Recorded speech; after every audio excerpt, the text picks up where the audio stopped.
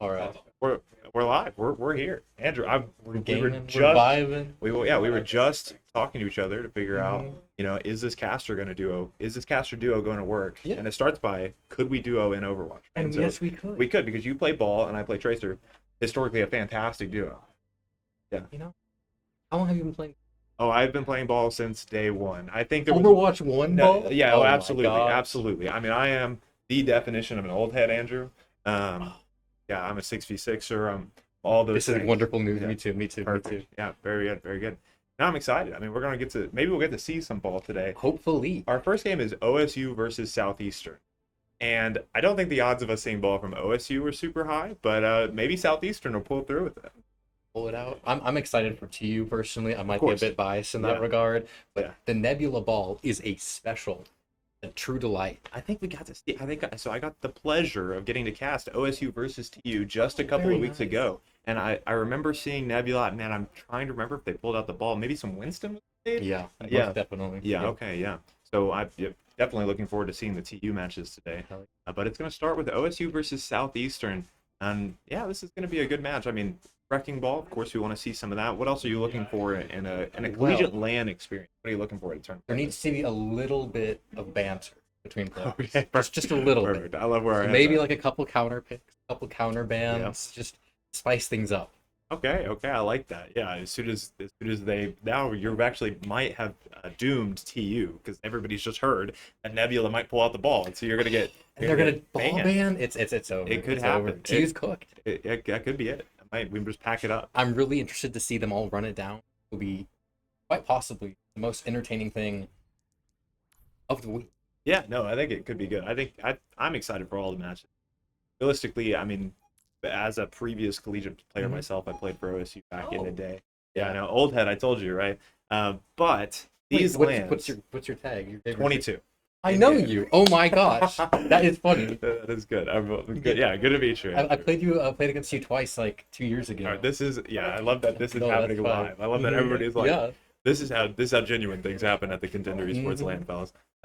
That's great. Yeah, no, fantastic. that's wild. So we went from playing against each other Yeah. on LAN, casting with each other on LAN, and hopefully, man, that OSU versus TU game today, that's Mhm. going to be a fun one to Very watch for sure. spicy. It looks like we are getting into game. Oh our my game's gosh, loading first up. game, Lijiang Tower. Yeah, this is going to be good. Lijiang Tower, right? And so Lijiang, to me, it's a map that has all sorts of shenanigans enabled, right? I mean, Oh, you yeah. could do ridiculous things. Sometimes as a coach, when we're loading into Lijiang, I'm like, dang it, as I have no idea what I'm going to expect, right? What the heck is about to happen? They could run ball, they could run Winston, And the Symmetra, the Sim random TPs. Symmetra And we're on plays, right? we're on night market. It looks It like. looks like Yeah. It looks like Night Market. So So we might be seeing TPs out from both teams here. yeah, I'm excited to see what the players are going to be locking in, and then getting a little bit of an idea of how much of the quote unquote meta are we sticking Yeah. to. I mean, the OWCS finals weren't that long ago, and so we'll have some idea of what is being played at the highest level. And the support lines are pretty interesting to me. I mean, you have so much utility in the support roster right now. I'm not surprised to see the Juno. It looks like both teams locking into a Juno here. OSU's running the Reinhardt, bringing out a Venture as well. Both teams looking to rush point as soon as possible. Yeah, that rush playstyle, very common, I will say, for these control maps, and it works well. Here's the initial rollout here. It looks Southeastern. like OSU didn't TP. No TP, but there was a TP from Southeastern. When I saw the Symmetra pick, I thought maybe they were going to hold it, not teleporting to the point, actually. Look at vibes on this off angle right now, Andrew. Contesting the point, making Southeastern turn their attention, and right now there's been no engagement. It's a Juno Malgo composition, but they're not on anything, and Malga's in the backline. Maybe this is the engage. Dark Fox finds the first elimination of the first game of the Contender Esports Fall LAN, and more eliminations are following in favor of Southeastern. Great engage there from Southeastern. Right onto the back line. The Reinhardt off the map as well. Like a quick reset. Yep, it did very good from OSU to just try to go back to the drawing board as quick as possible. Look at that, Inca versus Allocade. I'm gonna mispronounce. I'm gonna dyslexia call that Accolade. It's gonna happen. But Allocade versus Inca on this Tracer matchup is definitely something I'm gonna be looking out for. Right now, Southeastern on the defense. OSU trying to break through choke here. Looks like they're still on the Venture. Hopefully setting up an off angle. Great spacing from Southeastern here. It is, yeah. I mean, it's making it very difficult for OSU to make some sort of engagement happen. They have to push into this space somehow. They have the Reinhardt shield to help them sustain that poke, and they've done the coast rotation here. All the players kind of stacked up in this location. A little bit of a nade there coming through from King Wheezy. That was off the map. It's a pick. It's a pick for OSU. That could be the opening here that OSU needed. JLo follows up with a second one, and now OSU has the momentum. They're aggressively pushing onto the point, finding the eliminations, and unless something crazy happens, that's going to be a point flip for OSU. Very, very well played. Mauga off the map. Quick point flip. Looks like we're coming up on ults here from Southeastern, though. Southeastern ahead of Fuzzball here on the Nano. See a bit of a Nano engage. Yeah. Absolutely. And, you know, I don't know if it's maybe a matter of the shield preventing the Ana from getting quite as much healing out during the poke phase because not as much damage is being taken. But either way, that Ana is the ability to look for. Unless Ink is able to pull out something with his pulse bomb early, we're going to see what the engagement tool is going to be from Southeastern. OSU opting to kite here, Andrew. They want to back to point, hoping to maybe bait out some of these cooldowns, find that opportunity to engage, but it's going to be Mauga finding that first engagement. He's nanoed in the backline. He finds one. Wheezy follows up with a second, and it's the support duo from Southeastern getting multiple eliminations in the kill feed and flipping the objective. That was very well played. Perfect time to engage. It looks like the Reinhardt from OSU got cut out trying to come back to feel his team. Very quick engage and setup from Southeastern there. I'm worried about vibes right now. Andrew's stuck on the on point. Looks like is able to get out. Venture is such a high survivability character. And here's another coastline. Huge sweep from Wheezy here onto the Reinhardt. The cage. And the cage follow-up. Do we see a Nano here come out? Do we see a Nano? One elimination falls for Southeastern, but this is getting messy very, very quickly. And the shatter, and the invested. Is it going to get used? We're on the coast. It's laid down. Finds an elimination on the King Wheezy and sets up another one onto the Cassidy for Southeastern. Multiple eliminations, but is it going to be enough? Genji traded out for Southeastern. And looks like the Juno ult to retake the point worked in there.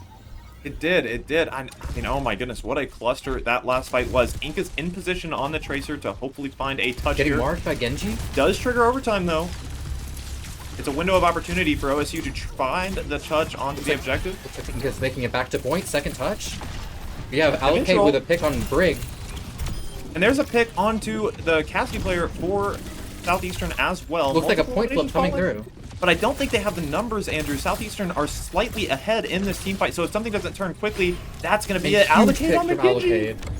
Getting up the fight. Multiple eliminations there. It's just one more touch. Touch from the Lucio. Looks like they're trying to stagger up point here, but looks like that should be touches for the round. Very interesting first round. Yeah, it is. I think, I mean, hey, I don't recall a match between these two teams in my knowledge. It's very possible that they played and I've missed it, but this might be the time where these two teams are figuring out each other's play style and trying to figure out how they're going to adapt and overcome. That's one of my favorite things about collegiate esports, Andrew, is these players are so capable and so experienced that they have the ability to make these adaptations mid-game. And so as we go into map 2, is there any particular adaptation that you're hoping to see from OSU?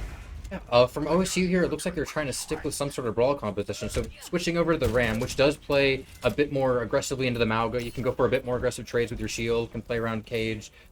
A bit more go-in play style than the Reinhardt. So they should have more engagement potential on Southeastern's backline. Yeah, it's an interesting backline. The Ana Juno, I mean, that is a new one, right? I was so interested in the amount of, you know, sustain and the amount of utility that backline can provide. Look at the engage. Huge slam. Fluff Nuggets is not afraid of the engage, but was it overzealous? I think it may have been, Andrew. OSU kills 2. Inca bringing down the Ana while Mauga died as well. And they're getting a third elimination there. OSU with a very decisive engage. And so that win there was a victory for OSU, but I have to say it maybe was a miscalculation from Southeastern as well. We've seen incredible amounts of success with Fluff Nuggets running into the backline, getting incredible support from Wheezy, but I think that one might have just been, you know, onto the bridge. That's a hard geometry to try to get through. But this time the overextension comes from OSU's Inca, who was eliminated early. I really like the switch here from OSU onto the Lucio, though. They can kite way better against the Mauga, and I think that's why Fluff Nuggets got caught off guard there. Trying to engage onto that Lucio. It's going to be a turn onto the Ramacho, though. He's burning. He's low. Huge anti. But the elimination goes on to Fluff Nuggets. Again, a Fuzzball with that anti-nade there to Allocate killing the Ana. Find that elimination. Ramacho low here. We cannot really walk in. Ramacho's down as well. Very winnable for SE. Racer forced recall. all of the shenanigans that are taking place are happening on OSU's time. OSU is still in control, so the longer this fight goes on, OSU's not too upset with it. That being said, Southeastern finally turning that kill cam blue, and it's going to be a point capture for Southeastern. Nearly a 4K from Allocate there. The Genji player from Southeastern is absolutely putting work in this matchup. But look at where we're at right now, Andrew. We're back on the bridge, right? This is where Southeastern previously fumbled the fight. So are we going to see, you know, maybe a little bit slower play style as OSU tries to find the engage? Engaging through bridge, very, very difficult. Huge damage on the Mauga, and it looks like Ramatra here burned E and shield. OSU has to slow way down, but it looks like they have farmed a lot of ultimates to retake this point. An incredible amount of ultimates. The tools are there, but ultimately it all comes down to how a team is able to use them. Here's the engage coming through from Southeastern, despite Really their ult disadvantage. Pulse bomb on SE's Ana might turn the fight. It's going both ways for eliminations right now. Ultimate's still being invested. Fuzzball using that nano, and Inca does find an elimination off the back of the space that it makes. That guy known finds another, and another with this Ramatra ult. Allocate has been is a 3K. massive for DU, but is going to fall to that guy known there. And a 3K for that guy known. A fantastic play from OSU, but an expensive one. SE coming up on both support ultimates and Mauga ult this fight. Juno Ray, is there a more powerful ability in the game? Ray is so strong as an ultimate. It's all about how Southeastern decides to use it. It's like we're slow approaching point here. Probably looking for a Ray to start the engage. There's the engage from Fluff Nuggets as well, finding that slam. That's but getting antied. The nano is going to help with the damage reduction, but it may not be enough to keep this player alive. Fluff Nuggets using the cage to the best of his ability, and the eliminations are falling for Southeastern, who get multiple eliminations despite a good nade from Fuzzball. Very, very quick fight. SE forced 3 ultimates immediately. OSU was caught completely off guard. The beat was not enough to sustain all 3. Looks like OSU will have some tough time recapping this point. They have no ult economy. This is going to be tight. No ultimates really for either side, though, Andrew. So this is going to be really interesting as the teams kind of collide in a neutral fight situation. It's going to come down to those cooldown usages. And for Southeastern, it's the narrative has been these Mauga slams. How much value can we get off of Fluff Nuggets engagement? Weezy's pretty good at finding that value consistently, but it's vibes with the value of this for the first elimination onto Dark Fox. And now going in on the anti-Ana, huge anti on the Ana, forcing backline. Allocate kills one. Allocate coming up on Blade here. Both supports down.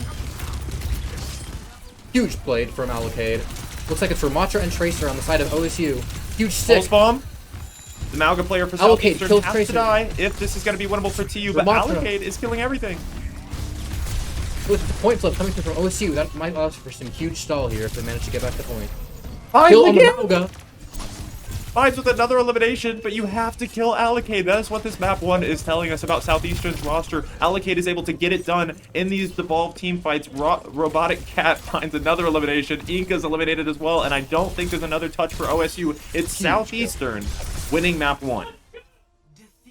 Oh, it's a great series. We saw a huge performance of the Genji there from SE, Allocate, consistently eliminating the backline of OSU. Yeah, I mean, realistically, Allocate got it done. That there's no other way to describe this. The Genji value in these devolved team fights was absolutely massive. Even here on map 1 there, Night Market, where OSU was running the Brigitte, right? A character that kind of, I don't know, I refer to as almost like a Band-Aid character. She puts bandages on all of the silly little things that happen around the map.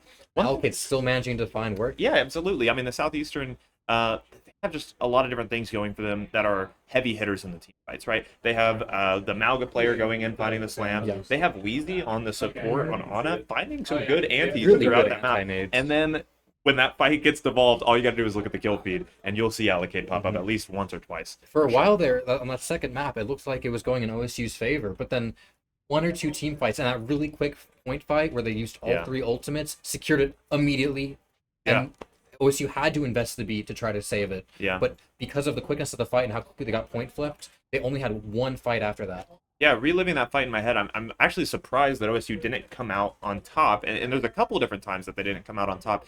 When Fluff Nuggets on the Mauga hits that full engage onto the back line, I feel like OSU does a decent job of sustaining that initial push, right? But the challenge is coming from where they're at after that point. They use so many tools to try to stay alive at that point that ultimately Southeastern just kind of wins that battle of attrition. Just immense pressure coming out from the Mauga, forcing As you said, so many resources from OSU, no way to recover after those engages. Yeah. Yeah, Really fast couple first maps, but it looks like we might have a series on our hands. OSU put up a good fight there. and it looks like that might be King's Row for our next map, which, I mean, that's an exciting That's going to be great for OSU's brawl style that we're Yeah. seeing here. Hopefully we see more of the Ryan or the Ramatra, Yeah. following up with the Lucio. And I think another interesting conversation to have here has to do with the hero bans. I did take a peek at the bans. We didn't talk about them, but the bans were there. And from OSU, it was a JQ ban. And then from Southeastern, it was a Freya ban, I believe. So Yeah, that makes sense. That character, oh my gosh. Yeah.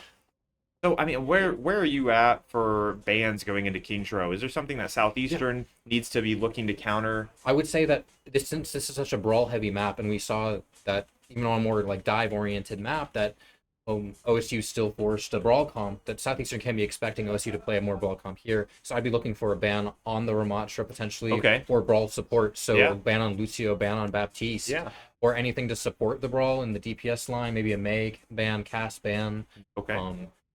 And then from the side of OSU here, I would highly recommend Aura ban from them. Anything to keep their brawl active on this map. Gotcha, yeah, and that's kind of interesting because I don't know personally if Southeastern has those sorts of heavy spam compositions that run things like a Pharah or a Ball, or that stuff that's really disruptive, right? So interesting, definitely going to play to those play styles. I don't know. I think that Southeastern might come out with an Ana ban. I have a hunch, right? Because that was the Ana tools, the nade and the sleep dart were putting in a lot of work to negate the value of those Malga engages. And so I wouldn't be surprised if Southeastern, just trying to extend the lead that they currently have, come up with something like that. Makes a perfect sense, yeah. And then I have inside information that I know Buzzball is just cracked out on Ana. So well, there you go. So I know, but the versatile player for sure, going to be able to pick up on this and other things. A star that I want to point out from OSU, because obviously OSU didn't find the map win there, but Vibes was finding eliminations, right? I mean, even in those incredibly devolved team fights, I mean, he was doing the same sort of thing that we're talking about Allocate being able to do fights, where suddenly things look lost, and then Vibes gets one, Vibes gets two. It was a small amount of data that we got to watch in just that one map of Lijiang, but I think we're going to be seeing more. Very nice. We got a couple players to keep our eyes on here. Looks like we're entering into King's Row. King's Row. I mean, I tell you, it's one of my favorite maps. I might have said this at the last time I cast. I bring it up every opportunity I get, Andrew. But if my knowledge is correct, and this is my own little 22 fact here, King's Row, the only map to have such geometry, there's a single piece of high ground that extends all the way from point 1 to point 3. And it barely gets to point 3, but you know what, Andrew? It counts. It counts. If you follow it down the stairs a little bit, right into point 3. Right into point 3. One single piece of high ground. And I never quite put that together. Exactly. Isn't that interesting? Yeah. Yeah, I love the creative rotations that you're able to have in what otherwise seems like such a one-dimensional map. Like, I mean, it seems like we were going to run it down on Brawl. Hopefully we can check out what these teams are on here. Let's check it out. Southeastern OSU. OSU on the Diva. Looks like we're coming out with a bit more of a dive here from OSU. Completely disregard what I just said previously. But do you see the Bat ban here? Probably SC expecting them to walk out on some sort of brawl comp. That is an interesting one. And OSU banning the Genji from Allocate after that performance. Yeah, Inca versus Allocate in that first round on the Tracer felt like a very fair matchup. We saw both players getting a lot of value, but Allocate started to have that edge switching over to the Genji. We looked like we're switching over to a brawl comp from OSU. We're using the Juno for speed here. Vibes is on the Widowmaker as well. Oh man. Bang Widow looks like he grappled top, looking for an early opening pick here against SE. King Weezy getting low. No, Widow, not a brawl character, but if you're going to enable your team to brawl 5 versus 4 or 4 versus 4, suddenly pretty viable, I think. So we'll have to see if that value is going to fall through. Looks like an early engage on Fluff Nuggets, but Fluff Nuggets goes down. I mean, the eyes that Fluff Nuggets has, is very aware of when a player is low and does not hesitate to engage on those. On that guy, unknown. That guy known. He's not unknown. Don't make that mistake. He's going to be very known. He's very, very known. That guy known. The poster of OSU. Looks like Dark Fox is trying to stage really early here in the mini. Nipping out Allocate on that Tracer flank. I was a little bit worried about that for the side of OSU. Here's the engage, right? Trying to develop some angles here. Actually opting all the way for this high right rotation. Completely high ground rotate. Avoids the Malga engage. It looks like Tracer's here. Vibes looking to make it out. Like 5. Pretty smart play from Southeastern here to do their best to disrupt this rotation. And look at OSU. They're kind of stuck, right? I mean, they're stuck here just taking damage, trading damage, and they do have strong poke tools out of a Sojourn, out of a Widowmaker, but right now nothing is falling, and realistically the HP trade is going in favor of Southeastern. OSU committing to this rotation, doing what high ground very effectively. Vibes goes down though to the Wheezy Ana. Ana finding a huge opening pick here, and a really good sleep on their tank. Here's the engage from Fluffy into the back line. Amazing engage. Looks like a double kill from Fluffy.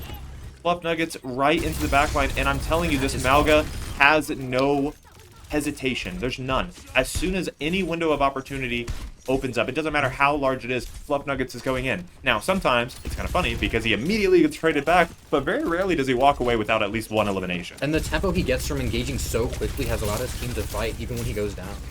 Vibe swapping over to the Mei here, a further investment into the Brawl characteristic, but the issue that's happening for OSU right now is their sustain. They are getting feathered down by these pre-fight, poke-fight situations. Vibes with a nice shot on the Ana. Huge shots from Vibes here.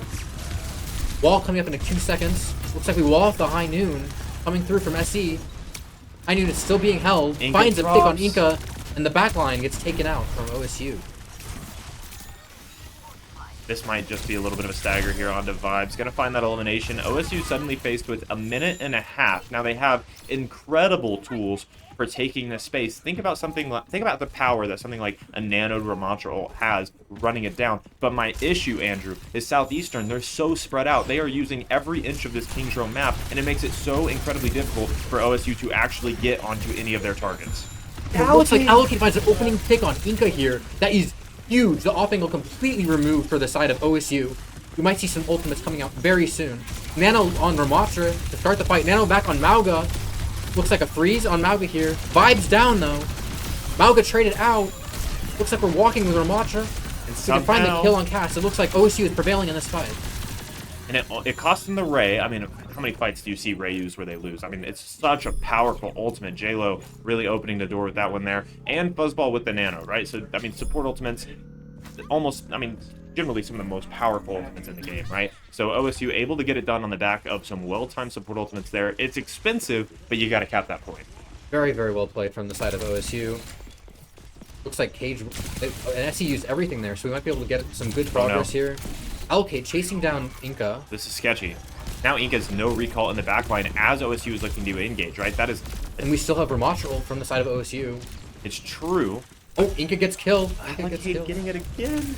That elimination onto Inca here. Allocate is just running this left side of the map right now, Andrew. Really denying any additional rotation options from OSU, who now are going to be in a bit of a pickle. I mean, look at this choke point. This is one of the timeless, difficult chokes to Huge pass wall through. coming from OSU though, but it looks like Fluff Nuggets manages to get out. The rare backline dive from Fluff Nuggets. Ram getting, I mean, we can hear him on LAN here, Andrew. They are calling that Ram. They want him eliminated, but it's going to be that guy known finding the elimination. It's a big one. And the on Ram Allocate. is still alive, still has ultimate. That's a High Noon coming out. Amped High Noon. Speed. Oh, perfect elimination. They needed that kill to secure the fight. Definitely, but I don't think it's over yet, Andrew. Looks like this we're is still having a really tough fight. It's devolved. It's messy. Inca able to dodge that slam there from Fluff Nuggets, but OSU quickly running out of wind in the sails here. If they don't find an elim, they do. Looks like Vibes picks up a kill on Wheezy. Huge flashbang. And the shots. Gets the shot there onto Inca, Fluffy but does Vibes go with down. another one. Fuzzball finds one. I mean, what are these names? Fuzzball versus Fluff Nuggets? It's the fight of the century here at the FalLAN. If you know, you know. Southeastern OSU. OSU has the ult advantage here. I'm looking at Robotic Cat and J-Lo on this Juno matchup, right, for the ult economy. Robotic Cat is actually a little bit ahead, but who ultimately is going to be the one to press this button first? Because I don't think Southeastern's going to let up this point. There's also the Nano Boost involved for Southeastern as well. Which team's going to press their ultimates first? Let's see. Nothing yet. Huge anti coming out from the side of SE. And Flop Nuggets finds the other! Misses the slam on the Ana. Huge sleep. Nano is denied. The Nano has been invested here. That guy still has this Ramatra ult, and the anti's gone on to Flop And Nuggets. an anti. Huge ult trade. And I think Vibes can switch spawns, doesn't need to take the walk, because OSU have secured point 2. Again, 30 seconds, 40 That's seconds. the It goes second down to the time wire. we've seen OSU beat SE in the Ana and Juno ult trade. Looks like SE is coming to switch over to the Kiriko here for third point. A bit more poke, a lot more off-angle potential. That's true. Yeah, definitely going to be able to contest and use those high grounds that I think mainly, though, the Fluff Nuggets keeps getting antied, and that's what's killing him That's here. true. And that's kind of what I was expecting with something like an Ana ban here, because the fact that Fluff Nuggets didn't get that elimination on the previous engage is kind of crazy. Here's a speed ring engage. It's one of my favorite engages, and it's going to find that guy known. I just prefer to see it for OSU. It looks like Inca is making it out. Inca made it out. That's huge that he doesn't stagger there. He can set up a quick off angle. We're looking for a pulse bomb on SE's backline, most likely. Truthfully here, I think the play for OSU is maybe run it down, look to either run it down fast and just call it a dry fight, or maybe play this one slow, let Southeastern use their cooldowns and see if there's a window of opportunity to properly engage. Any ultimates out of Southeastern while they're farming theirs. Huge healing on Inca here. Goes for the pulse, misses the pulse. Allocate out of there. Fluff Nuggets still alive. Looks like Suzu was forced from the side of SE. Huge cage, but traded back with the Blizzard. And there's another Huge wait, Blizzard Blizzard from Vibes. The elimination onto the Cassidy, looking for this Juno as well. It would be a massive elimination. Does he get it? Does he get it? Oh, that would have been insane. Fade away there from the back line. And OSU, they're closing into the final meters of this point. Can they get the full capture on King's Row? It would be a strong performance here on their attack. Southeastern don't have many ultimates available. That guy known. Into our last fight though, with only 30 seconds remaining. That guy known coming up on their ultimate. Huge first pick. This is big for OSU. The Ramatra from Southeastern walled off now, but does find the elimination on the Vibes in either way. Here's the annihilation coming through from that guy. Does find the elimination onto the Ramatra, and now is dedicating themselves to the objective. They just have to push this, and how massive would it be? Can they cap it with time? It looks like it's going to happen. Oh my Andrew, God. that 10 seconds left. 10 seconds. You know how important that 10 seconds can be in these really, really close matchups. That can be the difference between having the ability to win a map or being snuffed out with only the opportunity to draw. But are they going to let Southeastern get into a point where that's relevant in the first place? Is Southeastern going to be able to make the full cap happen here? One thing I do want to quickly touch on, we got to see it in that last fight. We got to see a little bit of a skirmish between Allocade and Inca. Yeah. And then Inca, thanks to the support of his teammates from SU, is able to save recall a little bit longer, able to push through that side angle. But as soon as Inca does make it to Horseshoe, right, the area with the Mega on point 3, he's immediately faced with a Cassidy, right? So that one little snippet of information that we got to see, I think demonstrates how difficult it is for OSU's Tracer player Inca to develop any off angle. He's getting matched so consistently. Yeah. And we see a huge composition switch here on the side of SC, going full brawl with a Bastion and Cass. Might catch OSU completely off guard here if they're expecting a Mauga engage. It's funny because just because this is the fact that this is the first time I've seen Southeastern play, I've created their entire identity around this Mauga composition. Yeah. And so for me, it's like, oh no, they're on the back foot, they're swapping. Now, that being said, Fluff Nuggets could be a Ramantra one trick who just pulled out Mauga for the first time in that last map. We have no idea. I am honestly quite interested to see the Ramantra here instead of the Mauga, because you'd think the Mauga can find those really quick engages on attack. It's an investment into sustain, right? Fluff Nuggets is going to be able to live longer, and Wheezy is going to be able to help sustain those antes. But is that the playstyle that Southeastern needs? I feel like they have the ability to be the one throwing the punch. Here, they're looking to catch the punch and sustain it. We're going to see how that goes. They might go Ramatra here over the Mauga to let Wheezy have a bit more of an off angle, be able to DPS more. Could be. Absolutely. Inca holding that high right side. Baited out nade. They do trade ring, though, so they're just going to be a slow engage here from SC, but they might walk with Bastion for him. Okay, taking the high ground for free. Look at this. Look at this. No breaks Does on not know that Cassidy. Tracer is behind him. Buzzball has made the rotation here, Looks but like Wheezy's with them. This is an insane battle for the back high ground here, and there's an entirely separate fight taking place. That sleep doesn't land. This is going to be devastating. Forced to drop. OSU forcing to do the full rotation. Oh, huge shots. On a dead, looks like the complete map flip from SE.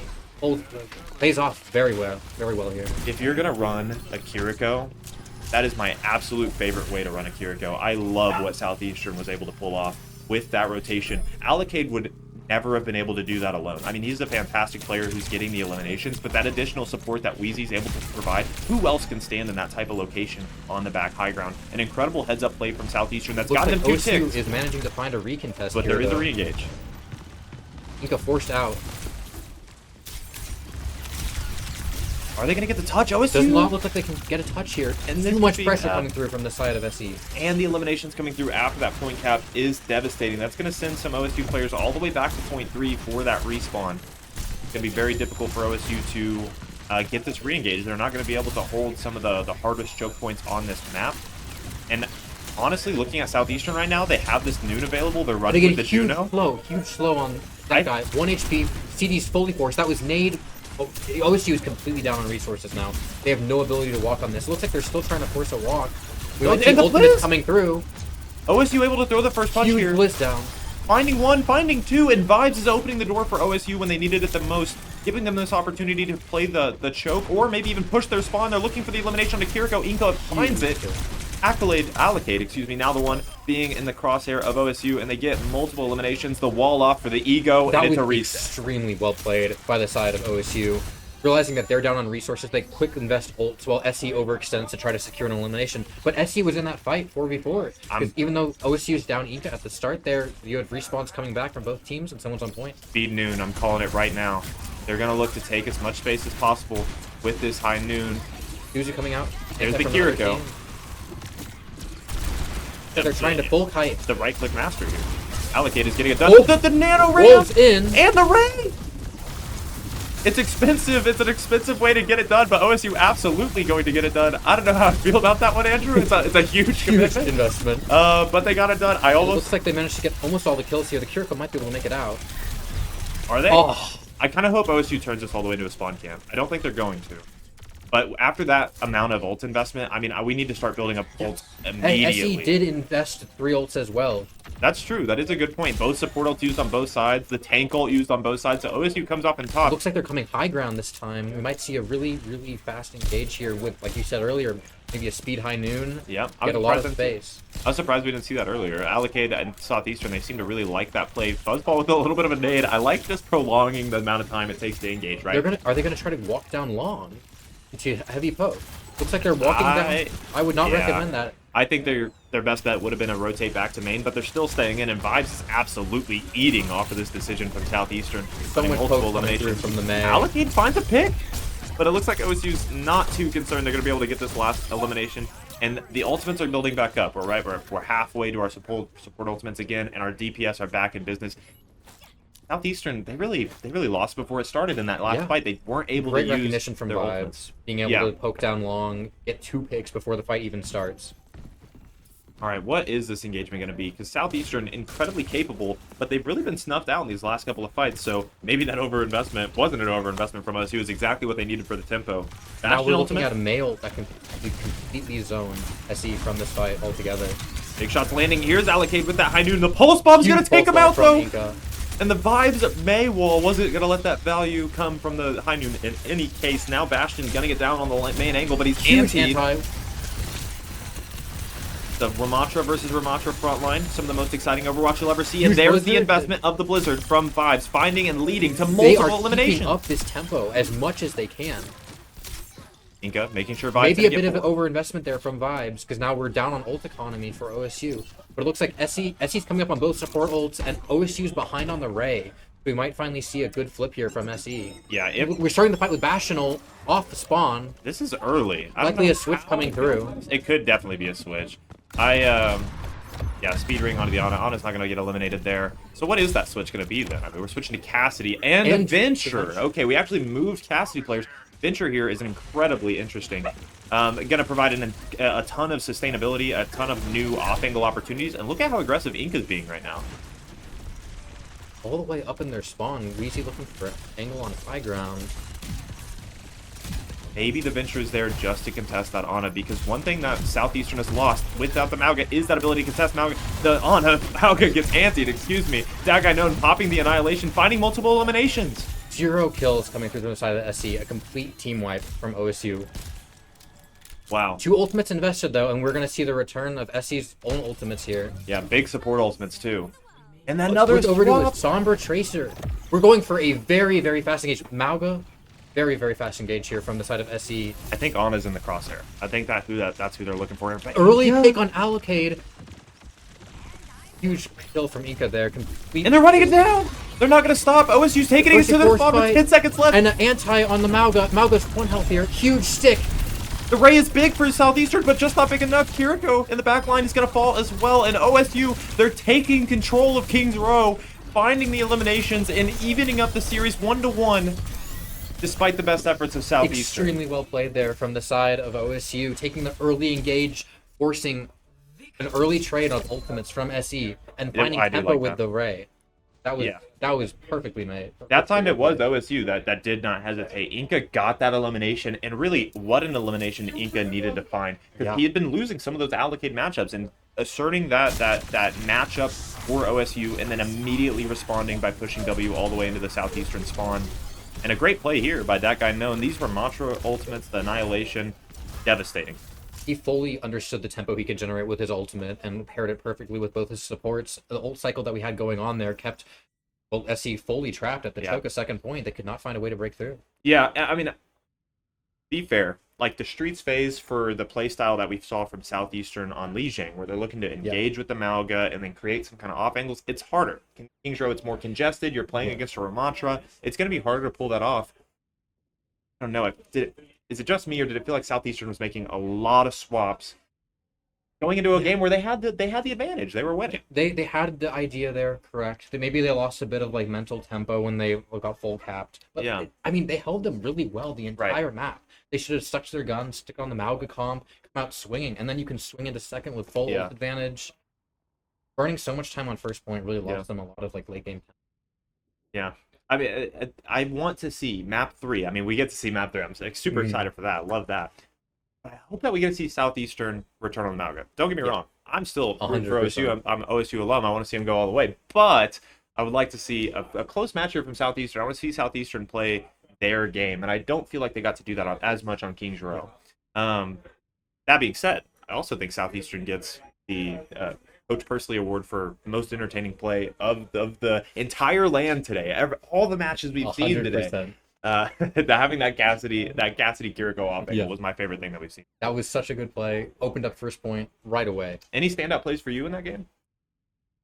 Is that one? Well, honestly, there were quite a few. I would personally say my favorite was, although it was a failed attempt, going for the stick on the enemy tracer is always a delight. Yeah, that is true. And you win the mental battle there, because then you're in other tracer's head, and they're like, oh my gosh, he just tried to stick me? Yeah. And then Ika comes through in the end and finds the first pick on allocated in that late fight, or last fight. How massive that was. I think was a period to the sentence that was Kings Row. The Genji ban really maybe doing some trouble there. If you like, we saw them switching around characters a lot at the end there, could not find the pick. Right. Genji could have allowed them to open that up. A fantastic point, because they should have access to Genji now, right? Now going into game 3, they'll have that. They can't ban a character 2 maps in a row. Is that correct? Okay, fantastic. So Southeastern maybe going to be able to have that extra kicking power, and maybe that Genji is almost a keystone. It puts the pieces together of a Wheezy on a backline and a Fluff Nuggets Mauga frontline. Maybe that's what they need. Do we have a map? Missed the map. We're going back into Kings Row. They're running it back. I'm not mad, we love to get a rematch going here. I think that's going to be reset here pretty quickly, so we'll see what map we're going into. No, it's good. So, I mean, I wish I was more familiar with the map format today. I don't know if we're going to a flashpoint or an escort or a push. Looks like a push. Runasapi. What do you think of Runasapi? Actually, let me hear your takes on the push game mode altogether.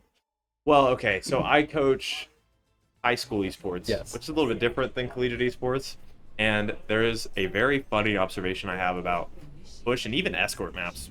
The mobile objectives, they can just, if you're not really clean, it kind of messes you up, and it's a silly thing to get messed up on, but it does happen. I don't think that's going to be a problem for these collegiate players. My view of this map changed watching some of the OWCS matches in recent history, because I mean, they utilize every part of that neutral area, the first starting position of the bot. They set up so many different angles, and sometimes those fights just go on and on and on and on, each team waiting for a mistake to be made. And so if Southeastern and OSU, if they don't make those mistakes, we might find those similar situations here.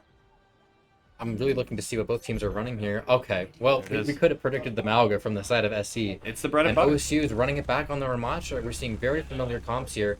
Vibes looks like to be to the Sojourn.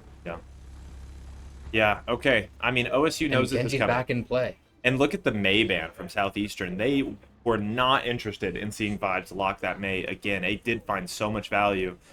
OSU shutting out a win stack. I'm surprised we haven't seen a Malga ban. Yeah, I feel like a Malga ban here would have really opened up the tempo for their map, because then you're forcing their Ramattra here. Yeah. From the side of SE. This is gonna be very, very interesting, because I think this is Southeastern's bread and butter. The way that these different points, Fluff Nuggets, Allocate, and King Wheezy work together is just so incredibly devastating for any Especially team on a on the map other like side. this. Runasapi is so open, you can look for Malga engages on nearly every single choke. I don't know about this amount of damage that guy That is guy taking right now. completely forced out. And look at the amount Fluff of Nugget's space. still sitting on both of his cooldowns. It's primary fire. That's all that Southeastern needs to take the initial space here. And Allocate is going to find that first elimination on the Two Ika kills Bacon on too. Genji. Oh my gosh, this guy's Genji is something else. You see him opening up the map right away for the side of SE. I don't think Fluff Nuggets used an ability. I think he got to sit on the front line. He just chilled. And primary fire, and that is good. That I is mean, some really good patience it's from him. discipline, and it's understanding what the win conditions Seeing the of fight are. cast, the Ana from the side of OSU, the Ram slow. Look at this. So much to blow him up. Look at the initial positioning here that Southeastern has taken. They're very aware of the win conditions that they're playing for. They want to... Oh my gosh, look at the rotation from Fluff Nuggets. He's practically in the back line, and Allocate finds the elimination. I mean, this is the definition of proactive Overwatch taking place from Southeastern right now, and it's really putting OSU on the back foot as point one is getting capped. Or checkpoint one, however you prefer to language that one. Huge shots on the cast here. Cast should go down. And that's just wide opening the map up for SE. That was an amazing rotate from there, all the way around, find an early pick on the Tracer, getting caught off guard, trying to mark the off angle. I think we missed a substitute. I think Spacemaker is a different DPS player. Is that correct? I believe we had I forget his name, but I know it was. There's been too many names I've had to learn. I'm gonna be so We're on the honest. fly here, but maybe Spacemaker here on the He's cast. generating a lot of space, from what I can Generating tell. the space, making the Huge- space. Fluff Nuggets does get That was taken a down. huge flashbang from Vibes, preventing the Malga from leaving. And the nade, that nade land, almost landing onto King Wheezy there. The Hail Mary nade there. Are we from looking Buzzball. for some sort of an ultimate? I have to imagine that Swag from Loftus, shout out. I have to imagine that that Southeastern's looking for the full reset here. Something to go with this from one. Southeastern gets picked here, we're gonna be True. looks like Fluff Nuggets is back though. Cardiac overdrive. Not quite finding the value. In fact, it's OSU finding the value. Oh The my DPS gosh. players find two here. Ika with one and Vibes with another. And there's another elimination. Oh, Spacemaker returns one. Huge pick though. That's gonna be their Juno ult. But Juno does get back fairly fast, Yeah. I suppose, with the ring. And OSU finally starting to tick past that starting position, right? Taking some space of their own. The question is, two boxers standing in the ring right now, Southeastern and OSU, who's going to throw the first punch? Who is going to use their Ray first? And who's going to pair what with it? A Ramattra Ray from OSU could be devastating, but the same could be said about the power of combining Allocate's Blade with Robotic Cat's Juno Ray here. It's going to be interesting what tools are going to a use. zoning ult from the side of OSU, trying to prevent Allocate's Blade getting a value. Almost like high noon here to start this. There's the engage with the Blade actually Looks going like they in. go first. Looking to find the elimination. J-Lo Finds is an going to early fall. elimination. Make it two, make it Huge three! 3K. Oh my gosh. Went first, opened up the fight entirely. And they saved Ray, Andrew. They were able to save Robotic Cat's ultimate here. Definitely an ultimate advantage from OSU. But even if this is a neutral fight and Southeastern's able to win in OSU's territory, at the expense of a couple of OSU ultimates, that could be massive. Not agree more. OSU here now with the ideally starting the fight with some ultimate here. SC seeming to take a similar angle to the first time, completely denying any poke from the side of OSU. Looks like SC wants OSU to walk in, leaving the bot unpushed. Vibes on the noon. Inca on the Good nade, slowing down. Oh, is that a flank we see coming out from? Oh my gosh. Oh, that was ultimate from Facemaker, taking out that guy known. Return high noon from Vibes. Huge sleep from King Wheezy. That Ana was on the top ropes, Andrew. That Ana walked it down into that high noon space, found the elimination. Inca does get a return Allocate pick. though. Oh my gosh. Wow. That was really well played from the side of SC. I couldn't keep up with that fight. Looked like quick engage from Fluff Nuggets and Allocate, taking out the remaining players of OSU, and now we're down to near last fight territory. It's a little bit unfortunate that OSU has not been able to use this Juno ult in two fights. They've lost two fights sitting on this Juno ult, and I want to see J-Lo show us some confidence here, open it up for the team, especially running it down with something like that guy Known's Ramatra ultimate here. It could be big for OSU, and there is time on the clock, but this is a tall order to fill. Allocate's taking out Vibes with the most stylish engage I've seen all day. And we see Space Maker with the switch over to the Venture here. And that's just a complete wipe from the side of SC. OSU using the Ray there, not finding the value that they were looking for, and ultimately it just comes to who's in control of the tempo. That's been every single map in this series, and right now Southeastern are wearing the captain. They're in the captain's seat, right? They are diving in first with Allocate. They're using the first Ray. They're throwing the first punch, but the hinder! Huge hinder coming from Vibes. Opening up the fight. Is Allocate going to be able to turn this run around for Southeastern? I have to imagine you just like cut your SE is losses trying here. to fight as much as possible. Does Space Maker make it out? On the Venture, I He's think this is making going a to be a huge amount stagger. of space. A He kill! is, and a kill coming through. And a trade. But I think that is still going to be at the benefit of OSU here. SE might be able to play really fast here now. They do have the That spawn Inca advantage. is dead. They do have the spawn advantage. Cart's running away from Inca there. And Inca has that ultimate that's so critical here. But what if OSU just presses Q? What if they just run it down with Annihilation Nano? That could be the win condition. They see the opponents. Everybody's close. Is it Allocate or is it that guy Known? Who's going to be the first to press their ultimate? That's flashbang wasted from Vibes Allocate here. Nano. It's the Blade. Quick engage. Blade finds 1, 2. A high noon from Vibes got canceled. And Allocate finding 3 with that Blade there. Nano Blade. I mean, we're taking it back to the good old days of Overwatch here. Running Nano Blade in the big 2025. Seems to be paying off very well for the side of SC. And we see them going on this wide flank again. Staging perfectly for the 4th time this map. Yeah. See if Allocate can get another early pick here. Allocate has opened up this point 3 times now with 3 early picks.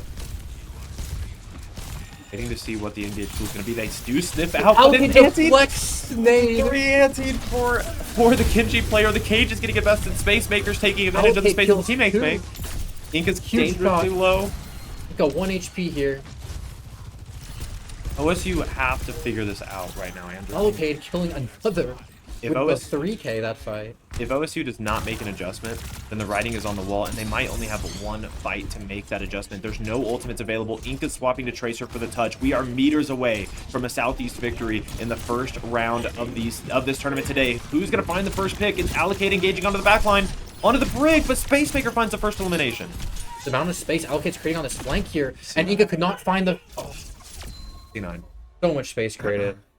Space Maker living up to his name. Allocate on the off angle there. Inca could not find the trade on the back line. Okay. Well, first we have to watch this. Look at this. Yeah, Allocate naturally. Blade. Took it all the way. I mean, this was a player that was absolutely getting it done. Oh my gosh, the wall climb cancel. Oh. I mean, we're watching some classic Overwatch clips right now. Yeah, exactly. No, that was fantastic. A very, very great game there from Southeastern and OSU. How great is it that we get to go to map 3, right? But I will tell you that Runasapi was absolutely Southeastern maps. Yeah. Their positioning, everything. They were on top of it. They Had that smooth. map completely downloaded, knew exactly what to do at every given moment from what I could tell. The couple fights they lost were good old usage from OSU, or good trades coming through, maybe a bit of overextension from SE, but all in all, full cap on push. Yeah, I will say, LAN Collegiate Tournament, OSU, TU backgrounds, right? Yeah. What I always said on these LANs is if you're gonna lose during the round robin, because Yeah. you can find each other again in the bracket. And I'm as soon as we're done here, I gotta go check out the bracket. We had another match going on between TU and RSU. We have to see who won that. Oh my gosh, it's gonna be good. And more Overwatch coming on the stream today. Yeah. I would say we'll be right back. But our production chair is empty, so So- I think we're just gonna yap for a little bit until somebody. Yeah, I we're think we're in just chilling we're here. in Yapper prison right now. Well, amazing weather today out here Right. in Oklahoma. Oh my gosh, out here on the plains. Right. I will ask. Are we missing something? Why was there no Mauga ban coming through from us? Not being able to ban the Genji, you have to ban one of their other strong picks now that bans are a thing. You have to ban that Mauga, prevent the Genji engages with the Mauga dives. A really good ban from the side of... I get you. Who did SC ban We again? just went. Sorry. No Who did worries. SE ban Yeah. on the last map? I believe they banned. Was that May. It was May, right? They And wanted then- to shut yeah. down the vibes. Oh the my vibes gosh, May much player. better ban there from the side of SC. Yeah, I agree. The bans are definitely going to be a consideration, and Allocate is going to be a player to watch Andrew, any last words as we walk away from game one today? Well, I must say that as a TU advocate, I'm very excited to see what games you might have in store for us today. That being said, that was an amazing first match. We go to a game three, Yeah, absolutely. OSU and SE, SE coming out on top. Yeah, what a great game. Thanks for casting with me, Andrew. It was a Yeah, great it was a time. pleasure. Can't wait to see more of these matches. It's the FalLAN, if you know, you know, hosted by Contender Esports and TU. Thanks for tuning in. More Overwatch is on the way. Oh my god. I got carried. No, you did great. Well, you have good knowledge of the game. He can set you up. Look good. Good catch. Great, man.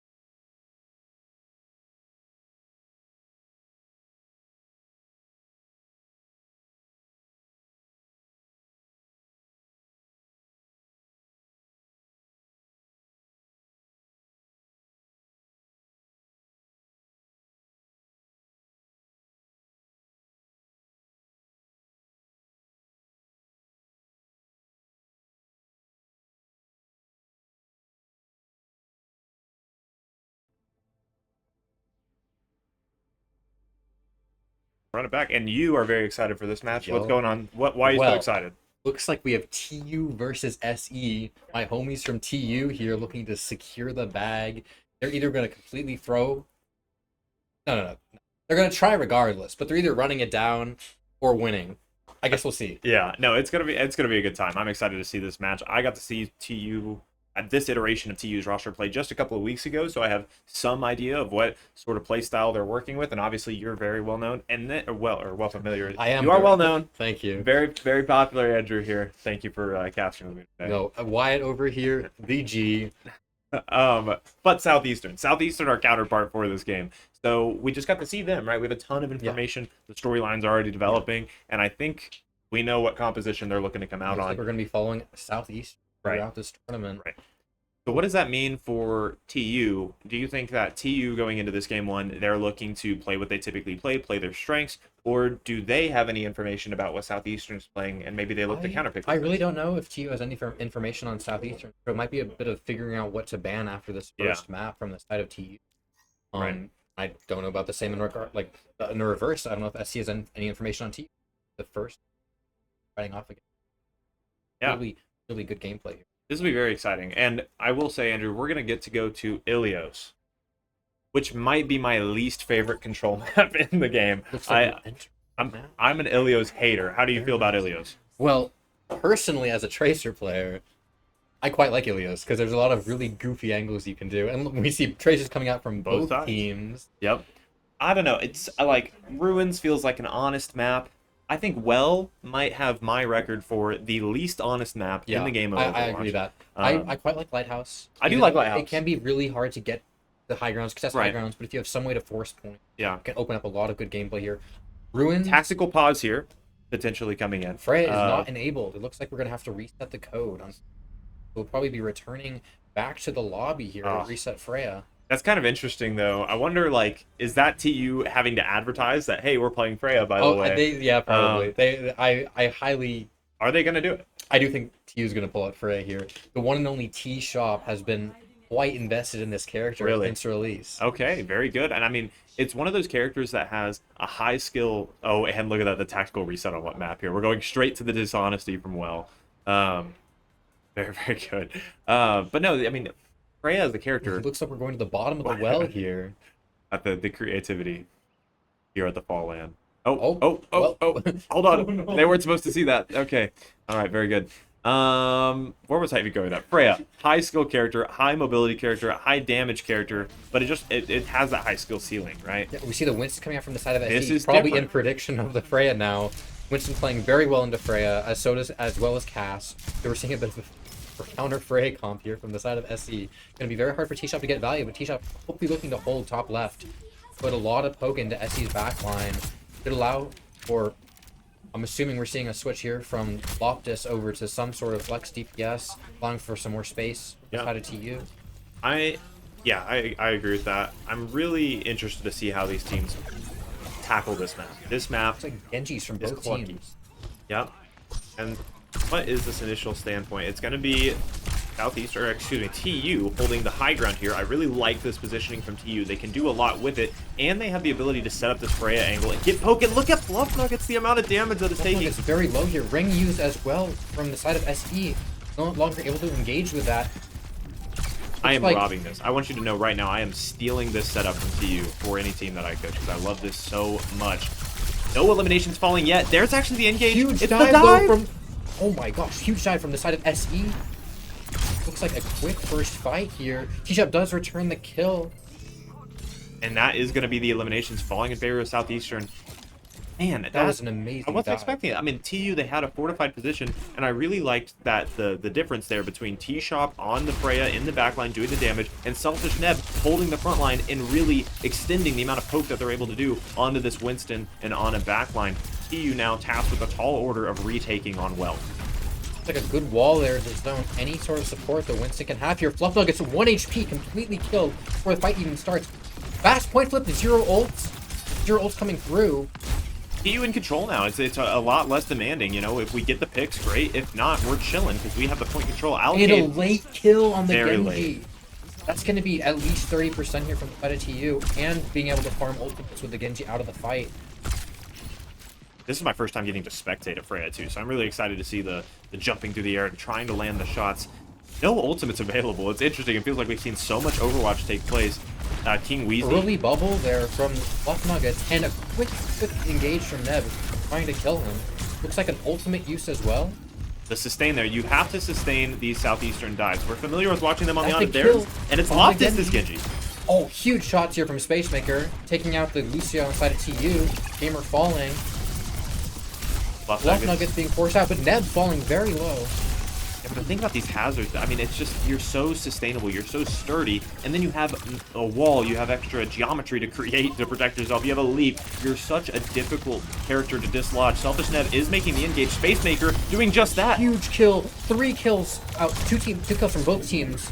Looks like Juno going down on the side. SE is up in this fight. But the Ray is being invested as well from Southeastern. They are absolutely they're not beating. interested in losing. They are gonna close this one out. They're staggering, but Video they just gave TU 5% more. Yeah, on the video board. gamers doing the best there, living for as long as possible.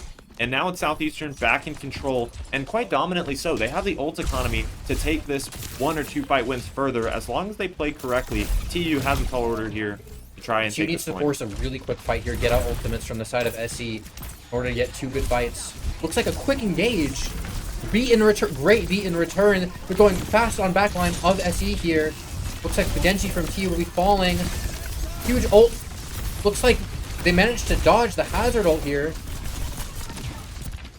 Eliminations falling both ways. Robotic Cat with the most recent one onto T-Shot. That's a lot of damage off the table for SE TU. seems to be an advantage here. They did commit Primal as well, though.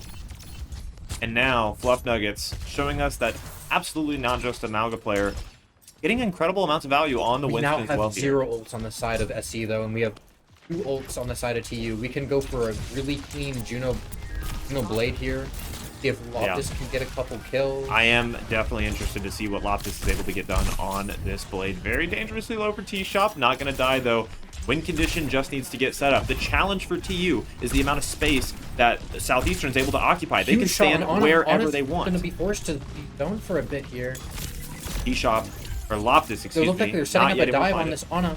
They're going for the cast. Cast flanking around behind. There's an engage, a flash. That's Gonna a find the huge elimination. Loftus flash kill does from pull out the blade. Spacemaker. Well, no, this goes down. T-Shop's down as well, though, so it's not 2 all said and picks done for both TU. teams. Great shots landing from Spacemaker. Looks No like elimination SE has found. flipped the map on TU here. To their detriment. Neb finding 2 really good kills here. Do they have touch? They do have touch. Looks like it's just the Ana and Winston from the side of SE. They're going to force some points to 99. Neb Spacemaker's down. looking but for a has the quick engage on the Ana, but he gets naded and slapped, completely blown up. Loftus finds a pick, though, in return. TU definitely capable of shutting this map out. Allocating the backline is a threat to be reckoned with. Is going to get Taken dropped. down, the Winston low is in bubble, however. T-Shot Kill has on the ultimate. Genji. It's used. It Huge finds one. ultimate from the side of TU. T-Shot finds 2 kills, scrappy point fight. This has been scrappy, absolutely. I mean, at this point, it's who's faster, who can continue to contest this objective. TU looking to close it Look at out. the hazard coming back to point for the side of TU. And there it is. There's a C9 from the side of SC. Could not find point presence. Ooh. B coming through anyhow. Almost had 99 to the Juno ult from the side of SC. Yeah. Yeah, those support ultimates landing, it could have spelt an entirely different ending to that map 1. Man, game 3 in our first match here, where we get to see Southeastern go all the way, and here in map 1, round 1, we're 99 to 99 basically, Yeah. right? I mean 89.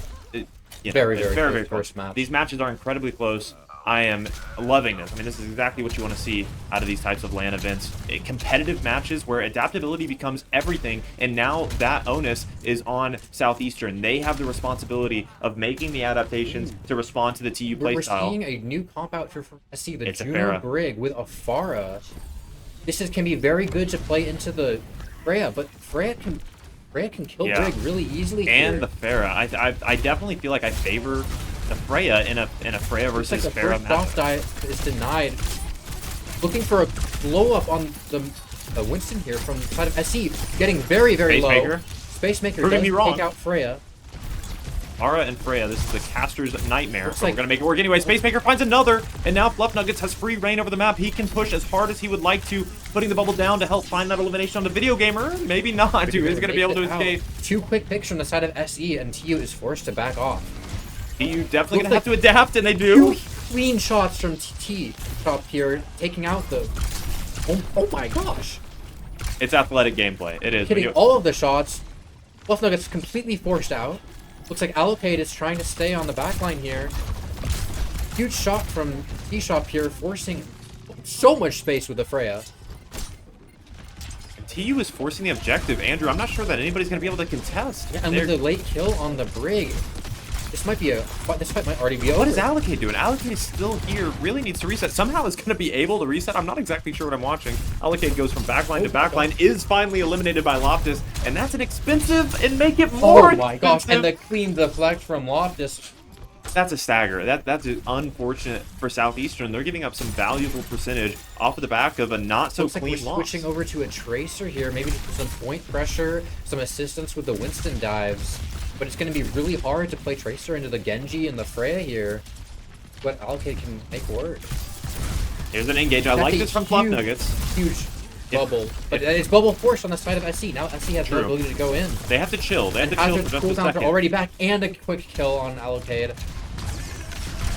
Whatever TU is doing to shut down Allocate, it is working And some very, quick very well. shots on the Pharah from T-Shop. Facemaker taking down once again. Not finding success in this duel. Here's a couple of additional eliminations coming through. Primal looking for maybe a kill here. I don't Walled know. off. Bit of a desperate Primal. Not able to find a kill. Yeah, Does the Juno make it out? And I- looks like the Juno does get taken God. down. TU is just continuously running it down. They are absolutely fine with the game state that we've been forced into right now, where Southeastern isn't letting up. They're pushing and pushing and pushing, but TU have the map control. It doesn't matter to them if these fights take 10 days or 10 seconds. They're going to come out on top. And right now, Ash Southeastern... switch from the side of SE. Trying to figure out a counterswap to this Freya. Freya using the ultimate, finds the Juno as well, and the eliminations fall quickly after on the side of TU, who are ticking into the Allocate last getting percentages another here. touch here. Pulse bomb miss. And that should be mapped for TU. I do not believe SC has a touch. That is got to be it. I don't think anybody's going to touch on the side of Southeastern. Rig might be able to get touch here. Dies before touching. And that is the first map. Favor of TU. TU winning it here in the first one. A less convincing Lighthouse from Southeastern. Southeastern felt like they had plays, they had coordination, they had engagements. Let's get the game from the Juno.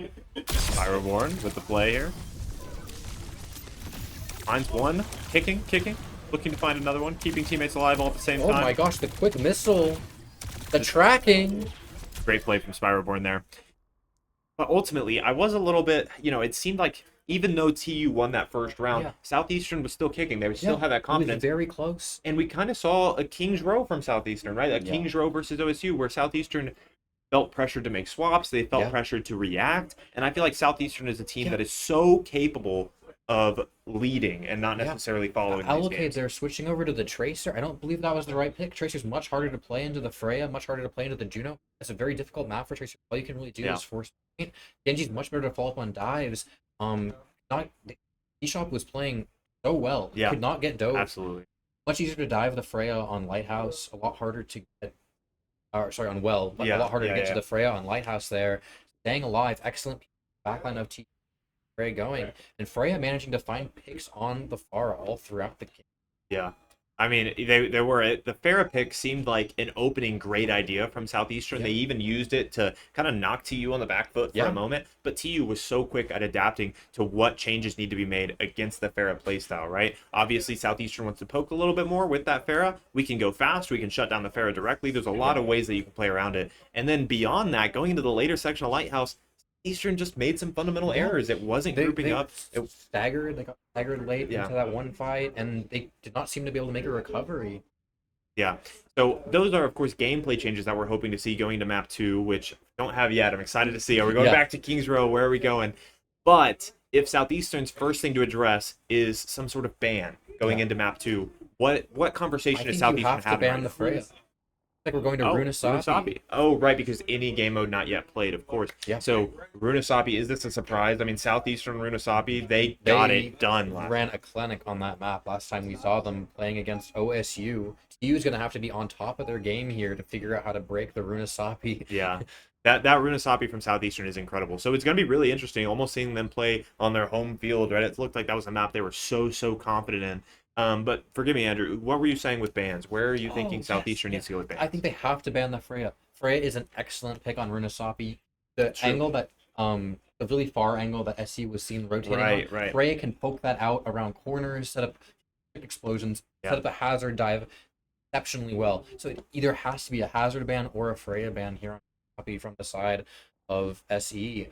In return, I do think that just getting an early ban on I don't know if TU's has any information on what SE might be running here, but because it is different. They ran the Winston. They ran the Winston, and I think Fluff Nuggets was incredibly capable on the Winston. But Malga definitely feels like home for that player. I mean, at least from our seats today, a ton of value on the Malga and a ton of synergy with Allocate on the Genji and King Wheezy on the Ana. Not being able to expect what SE is going to pull out on this map. I would highly recommend support ban from the side of TU to force a specific direction.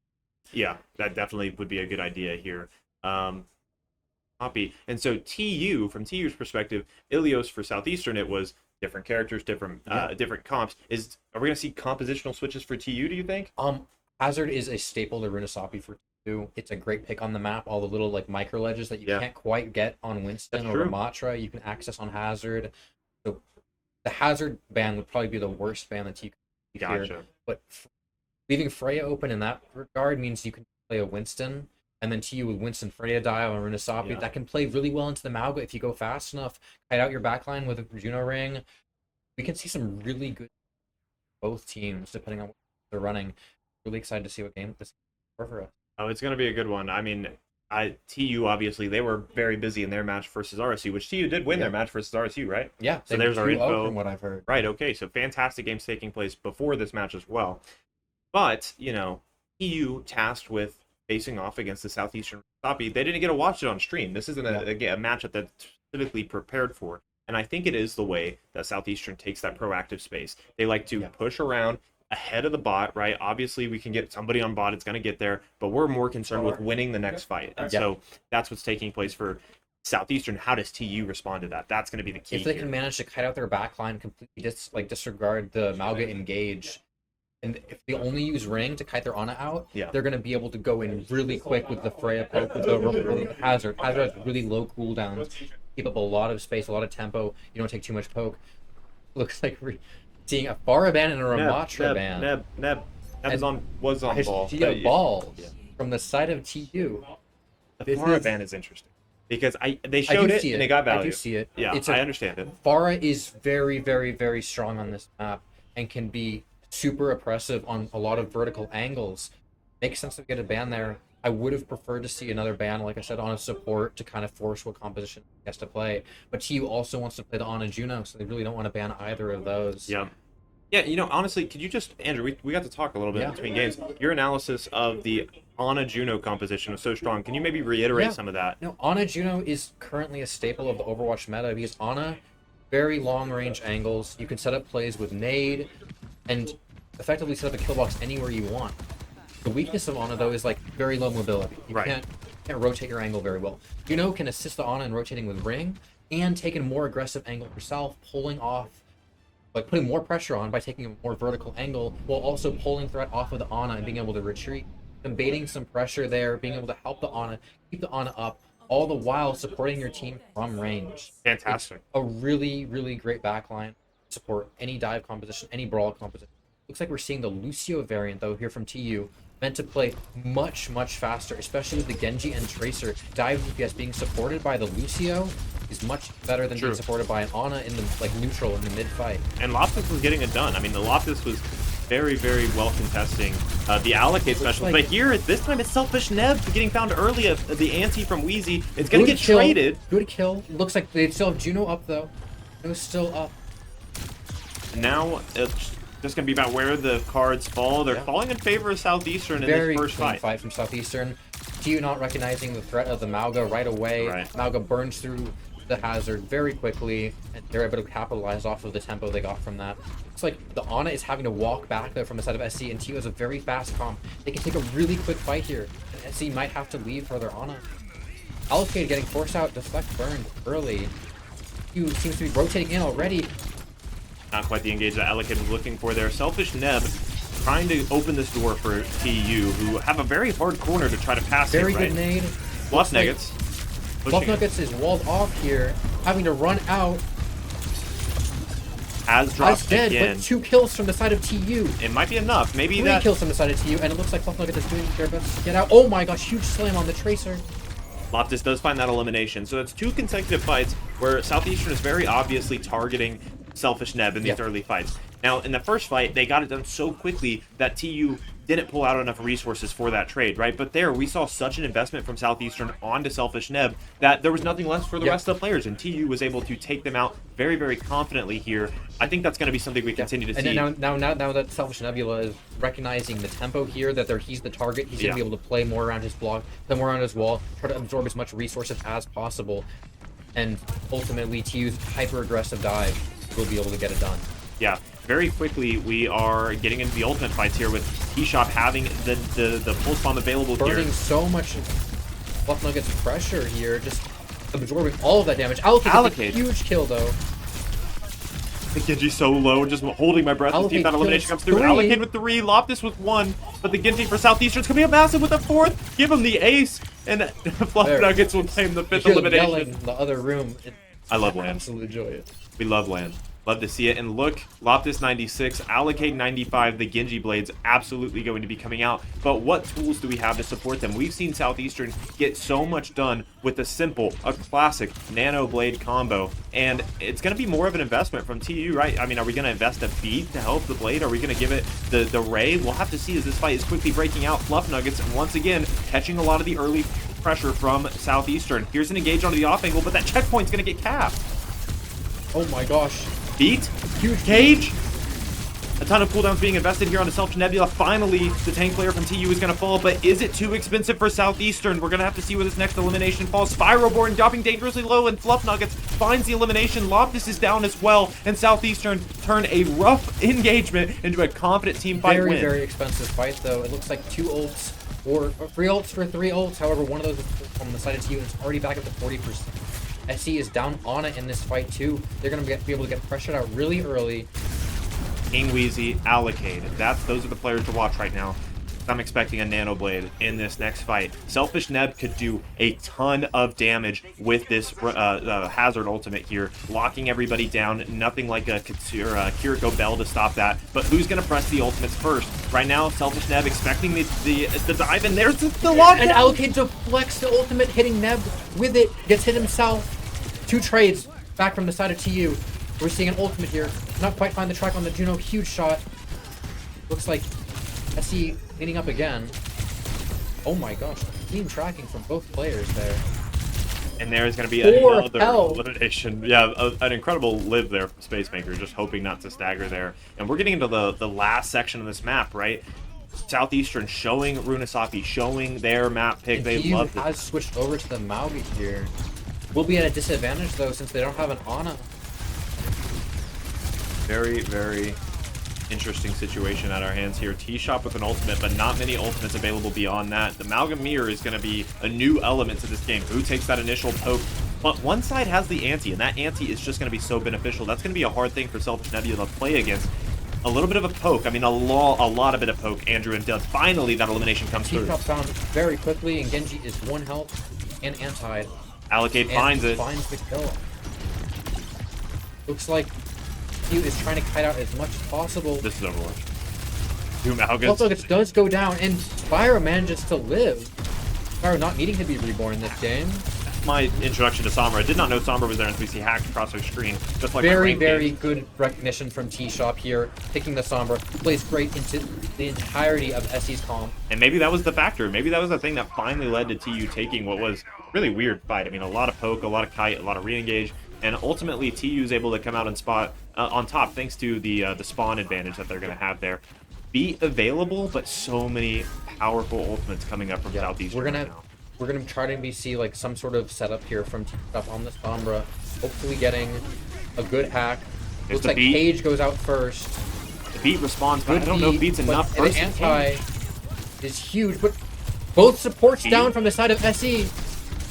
I don't think Southeastern's out of it yet. Ultimate's still being invested from TU. That Ray's going to be powerful. Huge Ray from Spyro, keeping the fight alive.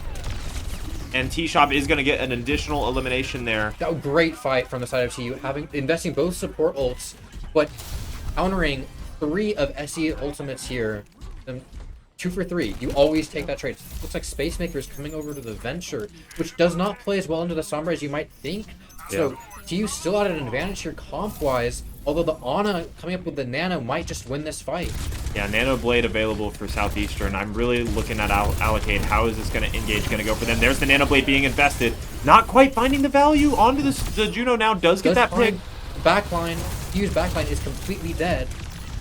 And that might be all that you need if you're Southeastern. 3 minutes on the clock, but Selfish Nebula? Is it done yet? With the Genji. Finding an elimination. Juno's huge dangerously low as shots. well. Running it down, getting the cart here, at least keeping TU active. They don't have the checkpoint yet, so the early spawns aren't there. Oh Allocated my still gonna god! fall. And Loftus living with 7 HP, and TU getting checkpoint. TU is back in the game now. They're up tempo, up ultimates.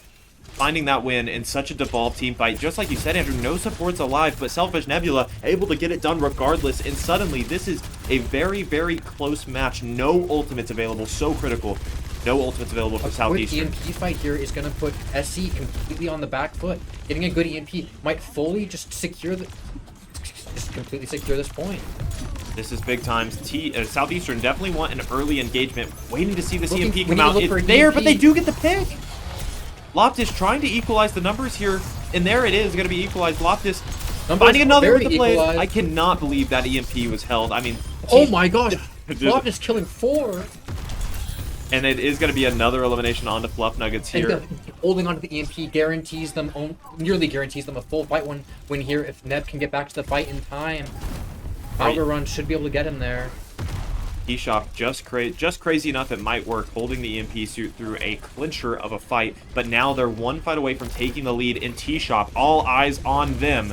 Where is this EMP going to land? But first they have to deal with the Tracer in the backline. This could be devastating. The fight could end before it even starts, but it's going to do that for TU instead, who find the elimination. They're following up. They don't may even not need even the need the EMP. They don't even Looking need for a the hype on EMP. the Mauga here is great. Elimination Huge after kill on elimination. Venture there. And Falling. a perfect cardiac from Neb, keeping him in the fight. Keeping the map without EMP. Andrew, I think we just got to keep talking about the EMP so it never happens. Yeah. If we keep talking about it, it's never going to happen. And now you can use EMP to trade out Cage. You can use EMP to trade out many ults here. That Cage matchup is going to be insane because Southeastern have yet to lose a Cage fight this match. They've tried. TU has tried to respond with the beat. It's just not been enough. I think the EMP is definitely going to be the factor that sends this one in TU's favor and could look at them closing out this entire map. Both teams staging with one another, trying to find the engagement. There's the Cage, but the EMP quickly is going to come out in response. T-Shop finds that elimination onto the Juno, but Fluff Nuggets responds. This is going both ways. Neither team finding a definitive lead until Loftus does get that elimination onto Allocate. It's massive. And the Juno ult from Spyro trying to keep the fight going. TU want to close this map Oh out my right gosh. here, right now. They The have a Juno lot ult of from Spyro spawns. keeping them in the fight. Maybe a bit of an overinvestment though on the side of TU, but a lot of progress being made here. I think you walk away, right? I mean, you can't actually look at contesting this. TU, that's exactly what's going to happen. Gonna reset. That's fine. You need one team fight win, and the further you can do it away from the Southeastern current spawn, the better. Right now, TU looking to find their best engagement tool. Loftus and Video Gamer with their ultimates here. Looks like last fight coming down. Allocates on the angle. That pulse bomb is absolutely critical for Southeastern if they want to look at an opportunity to even up this series. But T-Shop with an incredible first elimination onto Robotic Cat, and suddenly this fight is And fully the underway. blizzard is missed. Oh, No, one Loftus! gets caught in the blizzard. Is it winnable for Southeastern? They need to find the eliminations to keep themselves alive. T-Shop finds one in favor of TU here. Fluff Nuggets has to make a miracle happen Looks on like the they're focusing the Mauga. Mauga. If Mauga manages to go down here, that is a huge kill, and that looks to be a fight in favor of TU. TU going 2-0 against SE. And getting it done on Runasapi, Andrew. I mean, a massive map win for TU because it is so clearly what Southeastern like to do. Finding that was incredible. Allocate, absolutely deserving of this play of the game, despite the fact that they weren't able to take the team all the way this time. Look at Oh that. my Incredible God. Very clean shots. setup there. Elimination I after do believe elimination. TU wins this fight, too. Yeah, that was the fight where both of the supports are down, and suddenly Selfish. Oh. Maybe not that fight. Not Maybe that not fight. that fight. Never mind. But we're both in the same train of thought there. There were some crazy fights there Yeah. where TU, on paper, had no business winning. Yeah. Right, but they're able to get it done regardless. So much to pressure being absorbed by the tank. Absolutely. Backline man just cut it out just long enough. Yeah. And then the DPS getting the job done. And that's a TU 2-0 win against Southeastern. On paper, a more dominant victory than OSU, right? Yeah. And so you're looking right now, you're looking for top two. Who are the top two teams that are going to go play in the finals of this right now? And right now, it might be this rematch. This is very possible. And now, while that was a bit of a blowout at the end of Runasapi, like the first part of that map, the first three Close. quarters of that map, Yeah. SC had a huge lead, and then TU finds the swaps. They switch over to the Mauga, they switch over to the Sombra, and they get the tempo back. yeah, They get the ult trades. Really good, like 2 for 3 ultimates, multiple fights in a row. the 2-0 on the on the bracket there is not going to do this match justice. It was incredibly close, and just like you said, if push was a game mode that was 3 minutes shorter, then Southeastern would be walking away winners right now. We'd be going to game 3, but TU able to get it done in 2 games. I bet you're pretty happy with that performance there. Not to be too biased, but it was quite well played out of TU. So TU undefeated on the day right now, 2-0, and they're going to go play up against RSU. We'll see what that RSU match versus OSU looks like, and then, or actually, they're going to play OSU, excuse me. That game will take place off stream, and I believe we'll be back with versus RSU. SE versus RSU, our first time getting to see RSU on stream. That is going to be a very good game, so don't go too far. Andrew, you have anything last fleeting comments to say? I don't know. That was quite an enjoyable match to watch. Highlight plays from both teams. Forward to whatever's next for us today. Very good. Collegiate Overwatch happening here at the Fall LAN, hosted by Contender Esports and TU. Don't go too far. More Overwatch is on the way.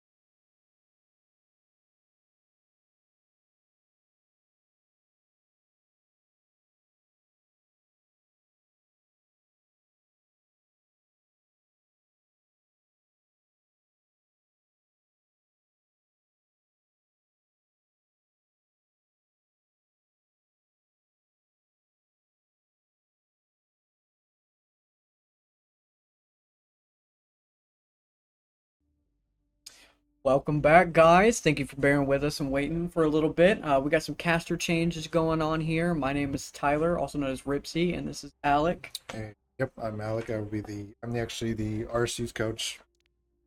Casting. We're going to get into the next match here. It's going to be RSU versus SE. What do you think? What do you think RSU is going to be pulling out for this match? Well, first map will be control map.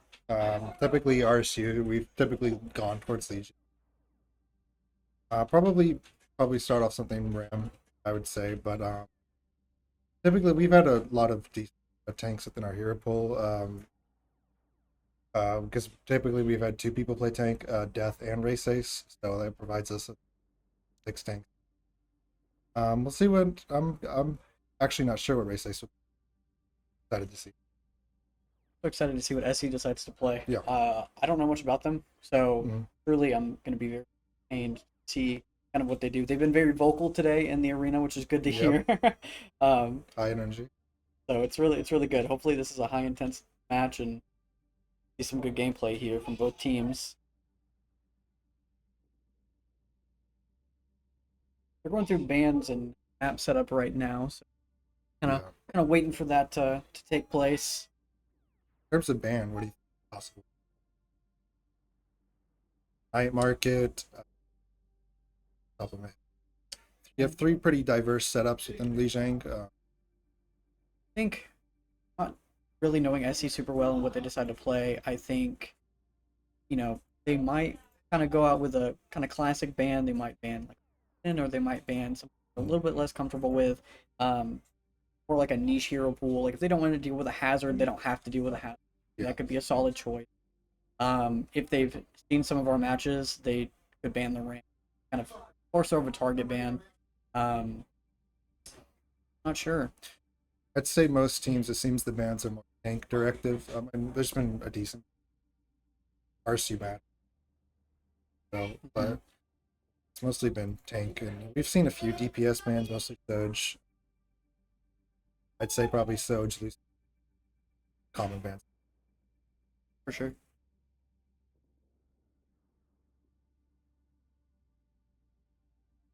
Going through. Takes a lot of time to pick this stuff. I mean, you never know, because if you make the wrong choice of a ban, you can't ban them again. You don't get that much value out of a ban. Not worth it.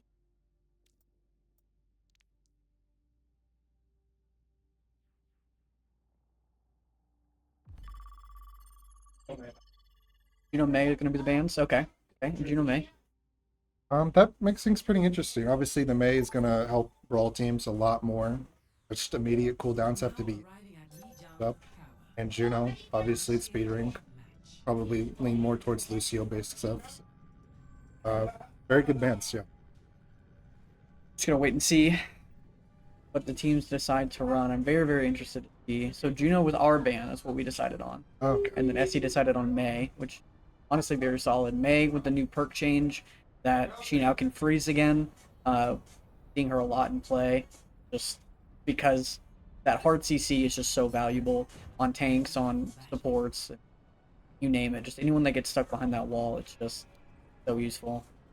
Just inherently, I mean, she's had a little bit of alt nerf throughout the most recent patches, but even still, just the innate value of that speed ring just shows that you don't have to have 24/7 speed with team.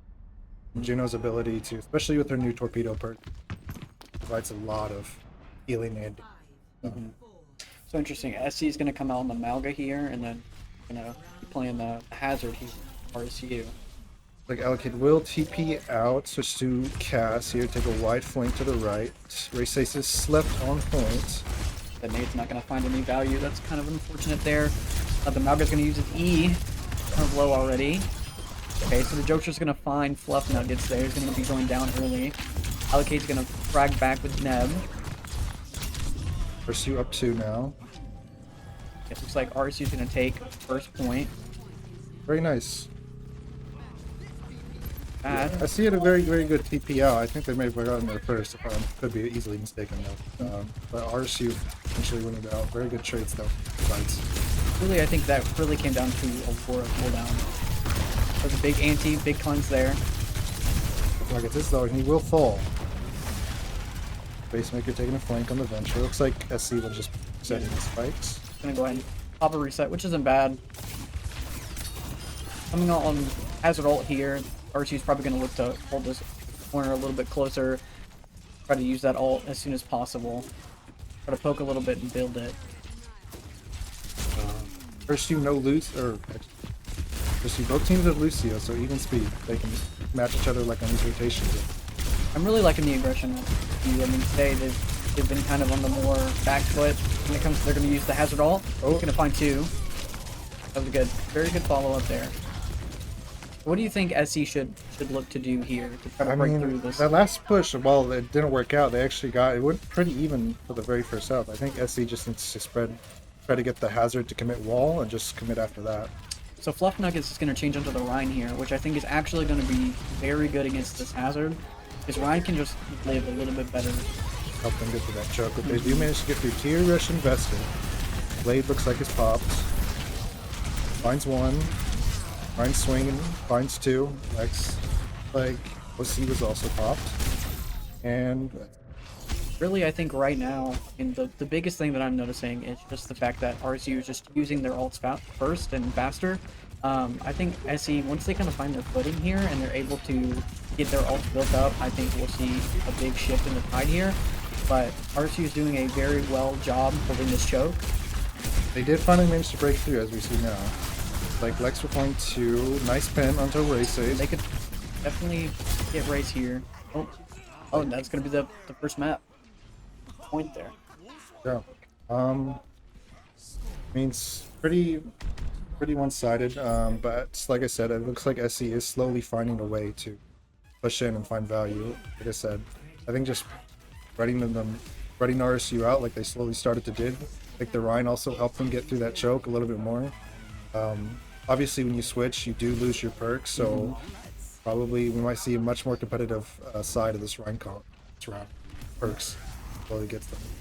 Also, I think this point favors SC's comp a lot more. The kind of that fast TP, and if I saw Spacemaker flop too. So if they want to go for more frontal pressure, that would definitely help them. Probably gonna do a classic TP strat at the top right window here. It seems. Yeah, they're gonna do. Build TP to points.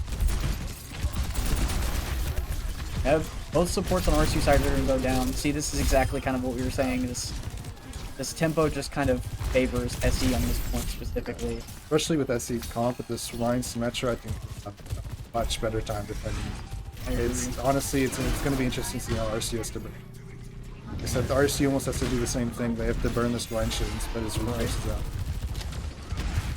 out. No ult so far. It seems RSU's main idea right now is they're going to try to take some angles on the back line here. Try to get them to back up, which is working. Lex and Lucio on the... They got Immortality Field out, which is big. Right, this falls down, yep. Yeah, it seems what we were saying was definitely true. Coffees. Yeah. Just along with the Metro turrets and the Rhine shield.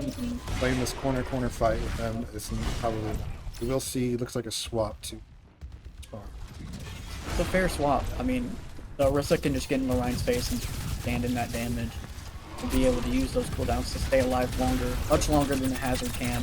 The block is good, but it's not enough, and being able to be, you know, not headshot and be able to have 2 livable cooldowns instead of just 1 is way, way better. And you can eat this Symmetra damage. Fortify used, front shattered used, looks like just a pin, you got 1. Pacemaker finds Hadwalk, Deadeye kill, he will fall. Nice 2 trades. RSU's down 1. I think they're probably going to end up backing without. Had to reset.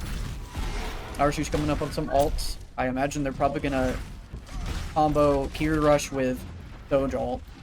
Or maybe just decide to hit a flank with the Sojourn ult. Oh, Races finds a pick under their Lucio. It's invested window. Like RSU will live it for now. Hadwalk pops over clock. Finds 1. Another one, and looks like a team. I see at 87, so there's not a lot of room for RSU. They have very little room to make mistakes here. They also swapped to Zarya to just counter that Orisa. They do not want that Orisa to be able to live and just stand in front of that Ryan face. So I think that's a change there. Very good ult counter. Yeah. A good pick there from Race Ace, finding King Wheezy. See, we'll have to build the Zarya pump charge for them to push forward. What I can imagine here is they're probably going to walk out with Allocade's Metro Wall, and they're going to rush first. Ace finds one, Good tempo from RSU. pushes the enemy Zarya back. Lex invested in, gets out. Ace finds another one. Roger State pushing their spawn, holding this. Now, as good as all this tempo is and ulting first, realistically, RSU's still in a rough spot because at any point, you know, SE's already coming up on almost 4 ults now, so they just dump ults in front of RSU and they cap it. Kind of just ends up falling apart. And So the ult economy is probably about to be 4-2 here.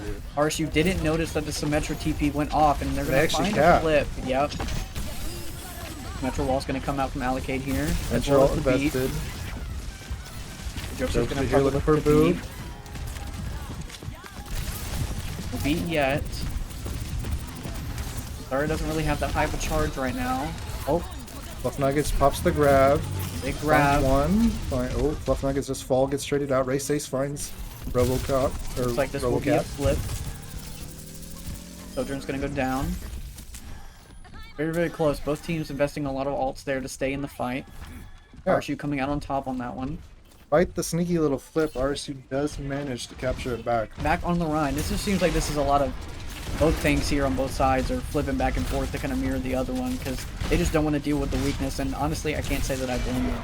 Very interesting. SC does have a window coming up. Race Ace jumps in, goes onto Lucio. Ryan Red pin. Look for a pin. Suzu is used on RSU's side. See a BAP window coming out here in a second. Oh, he falls. That's really unfortunate there. RSU up one. Oh, nice Next is going to spin. get pinned. It looks like 1v1 on the point. Akiri versus Orion. This is not a matchup you see every day. Very interesting. He does have rush though. It does. Oh, it's not going to come out. He's going to try to use it, and it's not going to work. Yes, he does have window, and looks like they will be used, and they will. Yeah, just like as I was saying before, I mean that's really the unfortunate thing is capping way late into the game. There is just really unfortunate. I think RSU's main downfall there was that not noticing that Sim TP and letting them flip point was just kind of their downfall there. If they would have noticed, they would have scouted that out. They would have been able to call it, but Yeah, unfortunately I they didn't. tend to agree. That's definitely probably the point of downfall. Obviously, one of the weaknesses is they can absorb poke, but you do have to make that Rhine cop. You have to make them really work for it if they really want to get this point for free. And just allowing them to get onto point with, you know, Amp still up, full Rhine shield still up, Suzu or Lamp still up, a lot of cooldowns just able to be used to sustain on point instead of being used to cross. Kind of just a... So. So do you think that RSU is probably going to change here to a more frontal pressure, or well, actually, it seems like they're going more. They want to play more into the dive. I think RSU looks like they might play a little more aggressively. I would like them to see fight for first point or first cap a little bit more. I do think it would tend to whichever team gets first cap tends to win more. So I agree. Alright, so it looks like kind of standard. They're going to take pillar. Race is already very low. I'm about to lose that mech. Oh, the joke's just going to fall first. Race is already going to lose mech. This is not a good start. Definitely not what we want to see. this RSU very lost the neutral very quickly. Obviously D.Va into Winston. Probably favored more towards the Winston side, so we'll see how they. Gotta give kudos to SE there for not letting just the frontal pressure of the D.Va scare the Winston away. Definitely. He bubbled it, he stood his ground. Had faith in his supports that they were gonna hold it. Not. Both But he's teams already have- low. They used bubble early here, which is not good. Yes. Oh, and he does fall actually. Race Ace finds the enemy tank. Lex on a flank finds Tracer. Like RSU will start the cap and. Oh, but steady wins. Pretty good. I think finding that pressure on that Winston early, forcing him out, making him use bubble early was definitely not what SE wanted. I think they probably should have played a little bit more spread out there just so that exactly happen, but like right now we got some ults building up on SE's side. This might be, let's switch to Ash. I do like that play. That is good. That'll help deal with Hadwad on the Pharah here.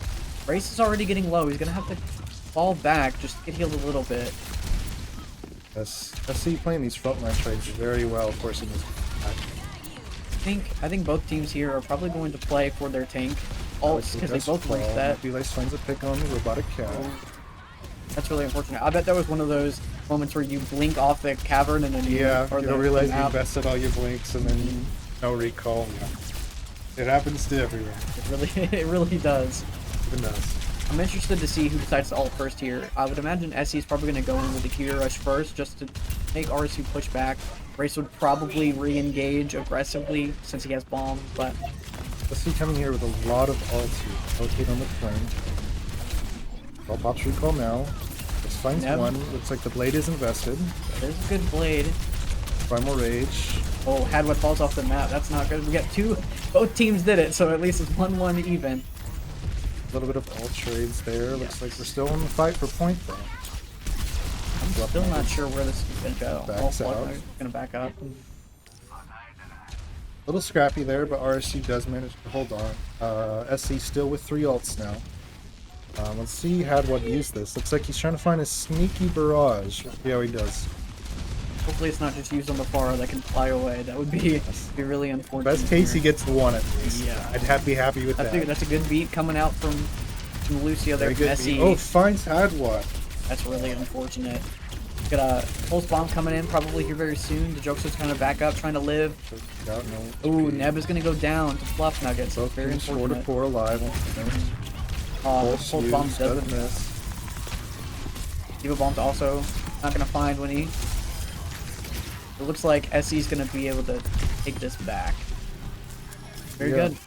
good. They just a little more value out of your ults there, and they ended up winning. Looks like Hadwad didn't want to invest that barrage, even though he had a pretty good positioning there, but doesn't seem he could find what he was Very looking good play for. taking the Hadwad out with the barrage. One of the only avenues RSU had to respond, taking out that. Very good turn. Allocate's hiding in that corner. I see him there. He's waiting to try to get a pick there, but it looks like he's forced out. RSU will take the right side, slightly slower rotation, but safer. Hadwad's still with this barrage looking. I like this little Tony Hawk Pro Skater move he's doing. Oh, He does find Space Maker. He does win the 1v1. really unfortunate. I mean, that's just kind of the unfortunate reality there. Oh, Race is gonna find the Tracer though. We are even right now. RSU does invest Fury Rush and beat. Gonna lose his mech though. He's gonna find a pick on the Space Maker though. He gets his mech back. Oh, that crunch damage there. The Mech does Fluff leave. Nuggets. Barrage finally used. Finds one and still lives. Very good. Looks like SE is gonna try to hang on just a touch. Very, very close. It's really good. If they stall long enough, SE can make it back in time. The Winston's already right around that corner. The Winston for the cast is coming around as well. And oh, he does manage to touch. This is good. Does have 71 to beat. My- Not impossible. Also 77 to Kiri Rush, but it looks like they will. RSU is going to find map 1. Very good from both teams, honestly. I'm impressed. This is a lot closer than genuinely I was expecting. RSU has not had the best going today Yeah. by any means, and SE seems to be doing really, really well. So really, I was expecting SE to come out on top. I mean, I usually will favor for the home team, but you know, the stats don't lie. So I was just giving it a look, and I think RSU is kind of coming back. That post lunch wake up, maybe that's what it is. Yeah, I think first round RSU was pretty one-sided so far, but I do think SE did slowly start to learn how to slowly break down, spread the resources of RSU, and even pick up around. Ultimately, do you think SE probably had the better ult economy, but RSU just slightly more typically. Interested to see what Lemon do. A lot of choices we could go. We could Flashpoint, push, hybrid. So I think if RSU wants to stay maybe towards the Diva comp, we have a lot of options. Probably Flashpoint. Personal knowledge and experience that do tend to favor Tsubasa. And yeah, It looks like they're going to be swapping Death in. I saw that little change there at the bottom. Swapping him in. yep. Like I said, RC typically have 2 tank players. Death, different hero pools, double different, probably. Right. Very interested to see what the next map is that's picked. I am personally a Brawl fan. I just like watching Brawl. It's entertaining. I do also love Poke, but isn't really a Poke meta. So well, I say that, and then it looks like we're going to Circuit. So that would be a fantastic map for me to watch. So I'm excited, and I hope that we get to see like some Sigma gameplay here. But apparently he's not doing super well in the current meta. But I hope that both teams honor the Circuit Royale and they both play the Sigma there, and we get some fun Sigma rocks and some Very ult much cancels. likely, very poke heavy map, Circuit Royale. Sniper heavy map as well.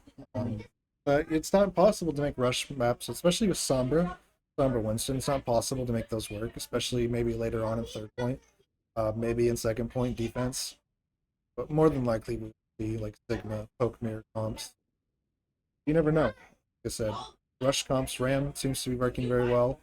The hazard worked for a little bit very well. So You think one of the teams might ban Sigma just out of spite? I think it's very open. What was it? It's Ram and Ram Genji. Genji. Okay, well the Ram will not be coming out. Well, that's good. So we will maybe get to see the Sigma.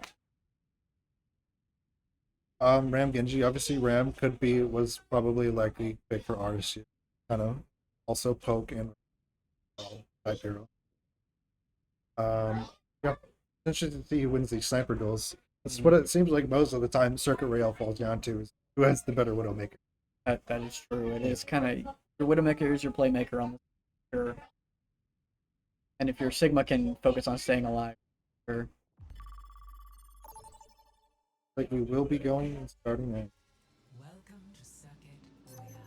at 1-0, 1 in favor of RSU. I'm interested to see what SE pulls out here. Maybe Poke is the name of their game. It could be a more heavily favored Poke team. They prefer. So we'll just have to see. definitely would not be Ram v Ram match. Genji. So I mean, I probably weren't going to see Genji much anywhere. Maybe on third point if he was open. I don't think that'll change too much. Looks like probably it's Sigma. Excited for this. Race, you know him pretty well to be. He's a pretty decent Widow player. He sometimes doesn't like to play it as much, but I think on this map he's our strongest hit scan that we. So I'm excited to see. Adwad's been pulling out this Freya a lot recently. I think it's because they're newer, and also because trying to limit test, see what maps they work on, what maps they don't work on. I think on this map specifically, they will do pretty well on, because it's just that encompassing poke dynamic that Freya has. I It's a think very mid to long. the Fluff Nuggets is going to hold this corner here. Kind of start off kind of standard, hold this corner and just exchange poking for a little bit. Let the Widows get set up and try to find their angles and kind of just push the cart. It's a little steady in the beginning here. You can see Death is hard pinging that Widow because it's very important. Looks like it's pushed out, pushed to a more bottom. Do think SC does have the better backline. On a change build. Race does find Ana though. Big pick. I think that we're going to see SE start to back up here, and yep, they begin to We'll have to go up that. that corner, so Losing that Ana there is just very unfortunate. That's one of your main supports there that you have that's going to keep you up. Facemaker falls through. Race is definitely finding heads today. I think, like I said, I think it's that post-lunch warm-up. Allocate's going to go down. They're going to have to keep backing here. I think they will be able to recontest, though, if they choose to do so. Fluff Nuggets is coming up on his ult here. Death is pushed up a little aggressively here, so we might be able to find him. It's very possible to Jokester use that Juno ring to back him up. This looks like touches card, pushes Headwad back. We'll have to back out, grasp, use, half health. Finds a rock. Oh, that's really That's false. unfortunate. Looks like, yeah, they're just going to be trying to stall here, try to throw their bodies on cart, buy as much time as possible. They're gonna cap with 5 minutes there on the first point. But I mean, really, once you lose that first corner on the first map, or the first point there, it's really hard to stabilize because you just don't have any more angles to create. Yes, the layering picks of the Widowmaker just makes it very hard to like stop the stagger. Even at this level, it's just hard to stop that stagger. However, Fluff Nuggets is really, you know, able to do a lot here with his ult, which is going to use it. Oh, That very is nice, going to hit very the rock. nice grab. Oh, we don't find the trade. Just clip the tip of that shield. That's fine too. RSU is going to be up 3 right now. It's going to be staggering him. Stagger. Yeah, I mean both very good fluxes. Just a very good rock landed by Death there. Yeah, I mean, that kind of stuff is just fortunate happens. I think right now, if I was SE, I would be trying to really like reset and say, okay, what are we trying to do here? What's the game plan? And it seems their game plan right now is going to be they're going to swap the Rhine and they're going to try to get up into their face, which I think is a good idea. Giving them that space that RSU wants is not good. Race is going to find 2. How about if find 3? Wow. Nano was used in Fluff Nuggets. Fluff Nuggets might be able to make some stuff happen here. Oh, I'm not able to find it. Very good idea. Player from I do like the Nano line, especially against Sigma comp. This stationary poke comp, all of unfortunate lines. Couple are like.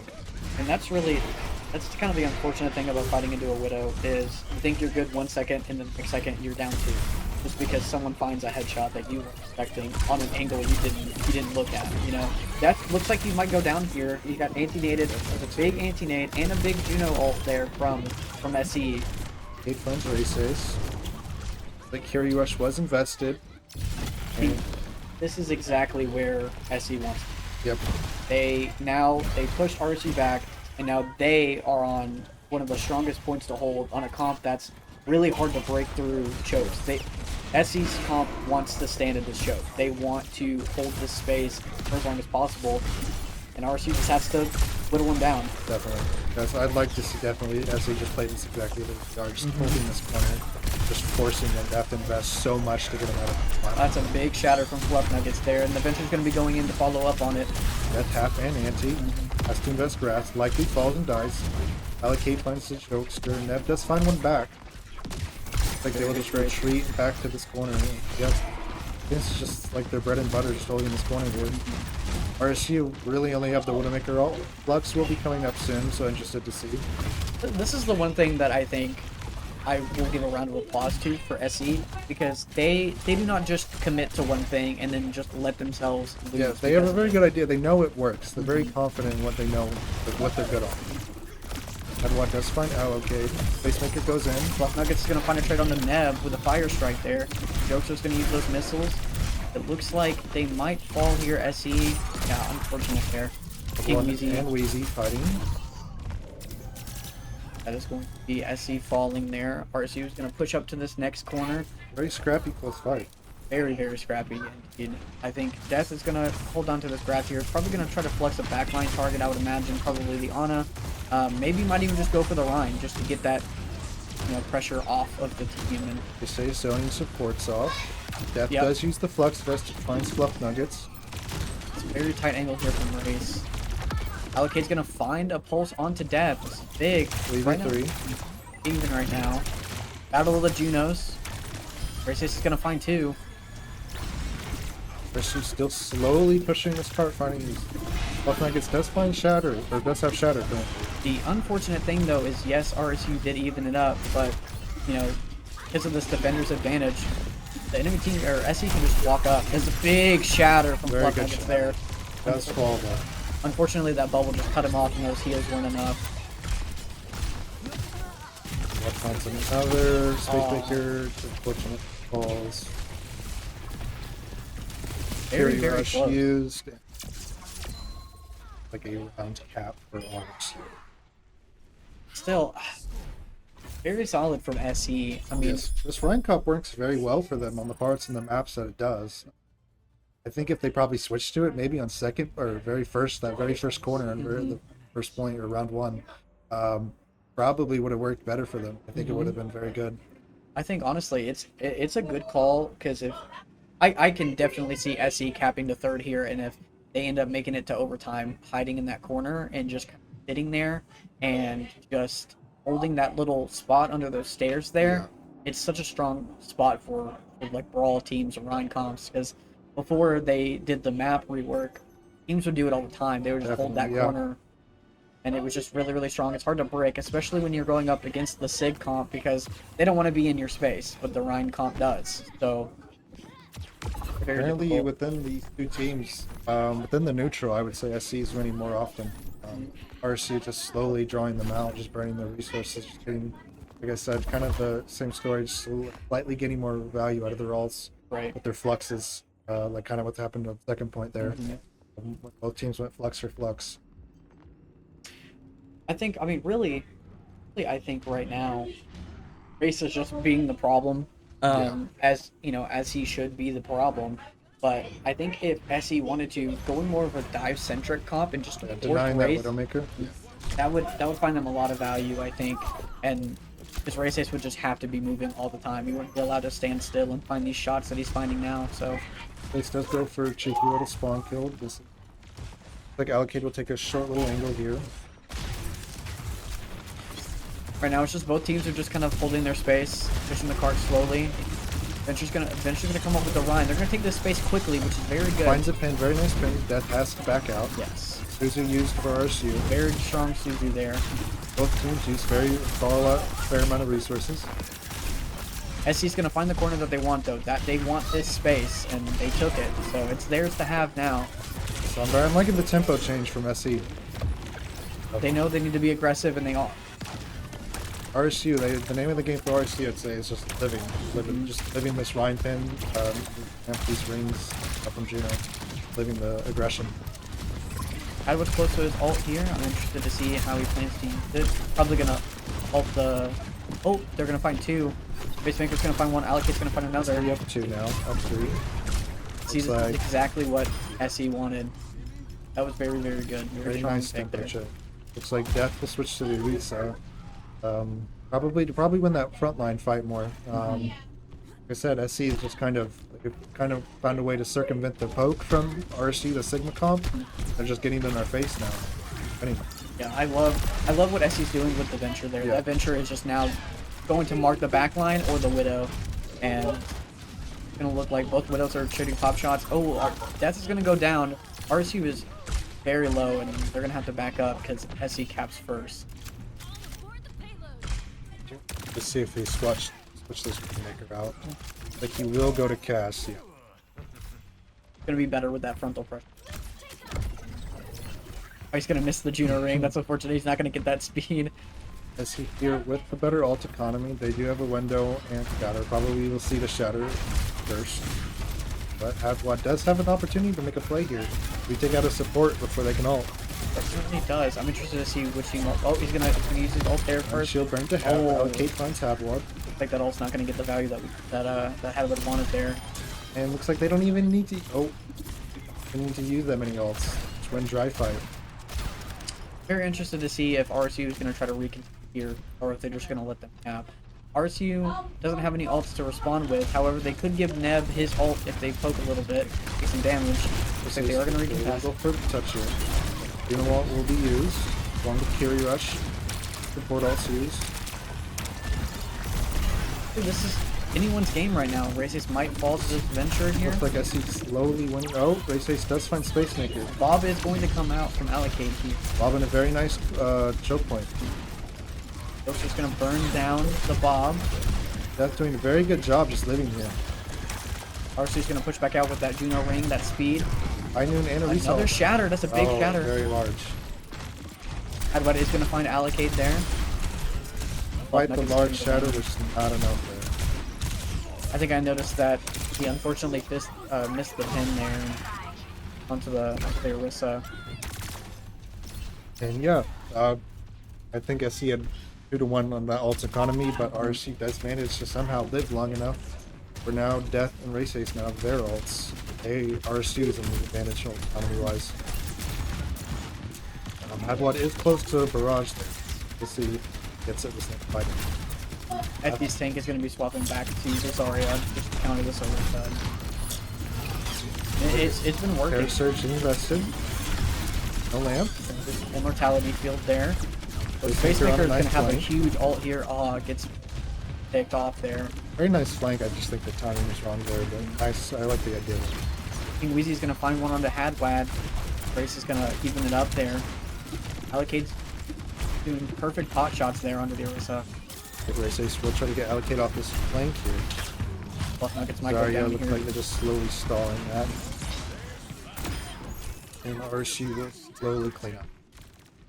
I mean, realistically, if you're SE here, you want to take this time that you have, because not only are you trying to play for, you know, now the Sigma, but you have ults that are about to come online. So not only do you have one ult online now, but you have 4 or 3 others that are coming up, and you have a 4 in total. So We'll switch to the Sigma here. Go back to the poke styles if this works out for them. Adwad rush looks like it's used. Adwad here on the left side flank looks like he will not invest the barrage this flank. Either rush. really, I think he's probably scared of that rock. This looks like SC did a very smart job just backing out of this rush. Gave 0 value. Because now they have their 4 ults. They can play, they can set the tempo of this fight if they want. And they do. They open up with the Juno. Orbital Ray looks like these Fluff Nuggets just find the Jokester. Supports of RC were going to fall here. The RC was just forced to back up and to give this space. They can recontest. They have some time here. The card is backed up just enough to where RC was able to recontest. As long as another pick doesn't happen, if death does not fall here, that'll be okay. Hadwad does lose it. I don't think they'll be able to Like, SC will cap point through, and yeah, I mean, ever since they came out in that Sigma, as soon as they changed, very nice execution there. At the very end. I think now RC just needs to reset, find their space, position where they want to position. Because, you know, now they have the alt economy. They can set the tempo now if they choose to do so. Like I said, Howard still has this barrage. He kind of used it last fight. We'll see. Hit scan is keeping him in check. Death is very, very low right now. They'll lose Death. They're going to use the Flux as well. It doesn't find anybody, unfortunately. Hadwad's getting poked out there, not able to use the barrage like he wanted to. He's just doing a very good job here, just slowly staggering RSU. Honestly, from that second point still slowly staggering them. RSU does have 3 ults now. Not been able to find the footing that they want. And that's what you want to see if you're SE. You want to deny them any sort of terror search is going to come up from Death here. It's not really going to find anyone. Oh, the combo there from Hadwad and Death there. Very, very, very good. Gonna find a couple. Terror Surge, Barrage, very reliable, obviously. Terror Surge draws them all in. Even though the time bank right now for SE is under a minute, really, RSU just invested their 2 biggest playmaking ults right now. I mean, they have Fury Rush, they have High Noon, but really that's 2 zoning ults and you don't want to use them both at the same time. So SC might get an Orbital Ray here, but so far they're only going to have the Deadeye. But RSU, the name of the game, is making this last fight for them. and Death just used his spear there, so the High Noon is free. It cannot be canceled right now, so Very smart rotation here from SC. I do like the high ground rotation, just completely skip the poke. I like this from SC a lot because yes, they have 20 seconds, but that doesn't mean they can't take the fight how they want to take it. So Definitely. they already have their Tracer pushing the cart, so they don't have to worry about touching right now. Really good. They're going to use the Speed Juno Ring with the High Noon. Both speed rings used, High Noon invested. Very nice pin. Gets canceled there. RSU's Deadeye is going to come out to mirror that. Both Very nice get draw. canceled. Immortality Field is going to go down. Adwad might. Yep, Hyper falls into this. Very, very close. It looks like SE is going to be winning this fight right now. RSU just invested the Orbital Ray just a little bit too late there. Adwad's still. We have the Barrage and. As long as Terror RSU Surge gets the combo. touch there is a chance for them to retake this. Stop the cap. If SE should use their. Yep, there it goes. The window is going to come out. We're going to deny that space. Make it very hard for RSU to touch. Pacemaker takes out Adwa very swiftly. Gonna find that pulse bomb there. That was very low. Struggling to stay alive on point. Left Knight gets fine. Grace Ace, and the SC will slowly cap. See, I mean, that's like I said earlier, and after RSU's attack, I could tell both of these teams were going to cap to the third, and now I'm interested to see if SE does what we when they just hold that corner tight and deny RSU any sort of poke value. Yeah. The Zarya and Teresa didn't seem to work out, but then as they switched to Sigma, pretty much from second point on, very nice tempo change. Like, Yeah, I think the general consensus, Sigma is typically better than in one of those matchups, just in the two, because Sig can take that space, and with the shield and the kinetic grasp, it's just kind of better than Fortify in my opinion, Yeah. because you're still taking that damage. But with grasp and your shield, you're not taking it. So and the ult's a little bit more reliable there. I mean, a lot of these fights, Terra Surge and Barrage had to be used. If you likely, you'd rather just use a one. A lot of times with Flux, you only just have to use the Flux to win. right. That's really all. It's also all started just as soon as they were able to deny that Widowmaker from Race Ace. It's probably the turning point. Right. Looks like SE is going to keep on what's working, and I mean honestly, I can't say that I blame them. Both teams are going to keep that Sig poke there. It looks like Edwin might be pulling out the May and the Sojourn. The DPS changes here. It's going to make it a little bit different. Like Hadward will set up here to try to wall off and go. Oh, he goes for the ball. Paul doesn't find anybody, but honestly, that just kind of stops them for like a couple seconds so that they don't walk out and take that space. And really, that's what RSU is trying to do here, is just burn all the time that they have. And there we go. SE is going They to did opt get for new the brawl. perks, and both teams now both have perks in overtime. Oh, the Jokester there is 1 HP, very, very low.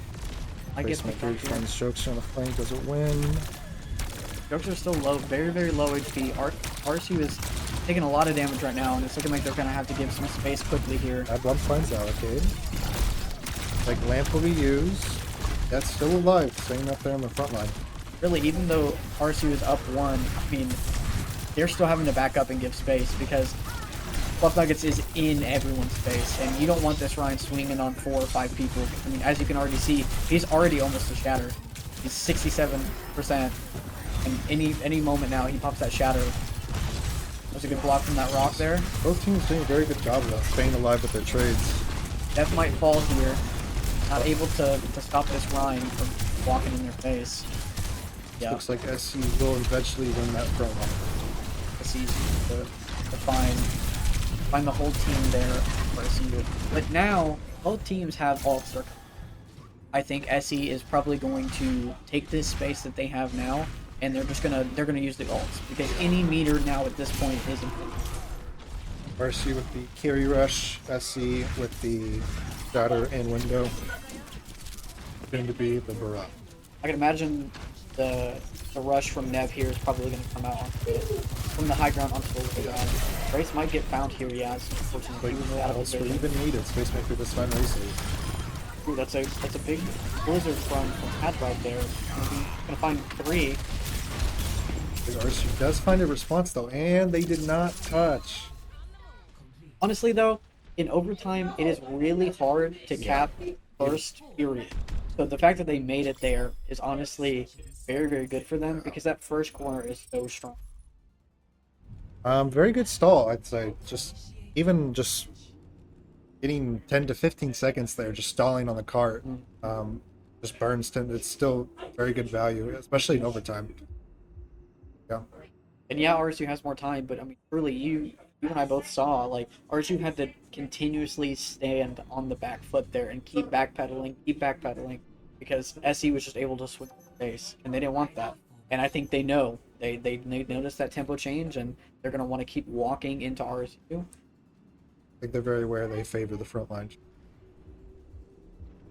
Like RSU will keep the main. The hazard for ours. Very interesting. This plays out. I don't think we've seen hazard on so far. Looks like, yeah, I think RSU now trying to burst down the line. I think they've kind of recognized what the issue is, and that's where the Bastion is going to come. You put on that full pressure onto that Rhine shield. It looks like they're probably going to TP out, and then Hadwin might swap back to the Bastion, but we'll just have to see. Hazard does give them the ability to just kind of run past the Rhine and set up a dive if the conditions are met. So. Right. I think if I'm Death here, I'm definitely trying to set up that high ground and take that space there. Both teams holding this corner, going both as low. Spacemaker does find a support. That is not good for RSU. Not want to lose your, you don't want to lose your support this early. Hadwad's also going to go down. Des can supports there. They're going to need to back up and Yeah, reset. RSU just cannot find a way past this corner. I think if I'm Death here, I'm definitely going to try to. Playing into this frontal pressure is exactly what SE wants. That's currently what. Hadwad is going to swap into the Pharah though, which is going to apply that off Ryan angle does have to pressure. back out. The wall does cut off the enemy Ryan.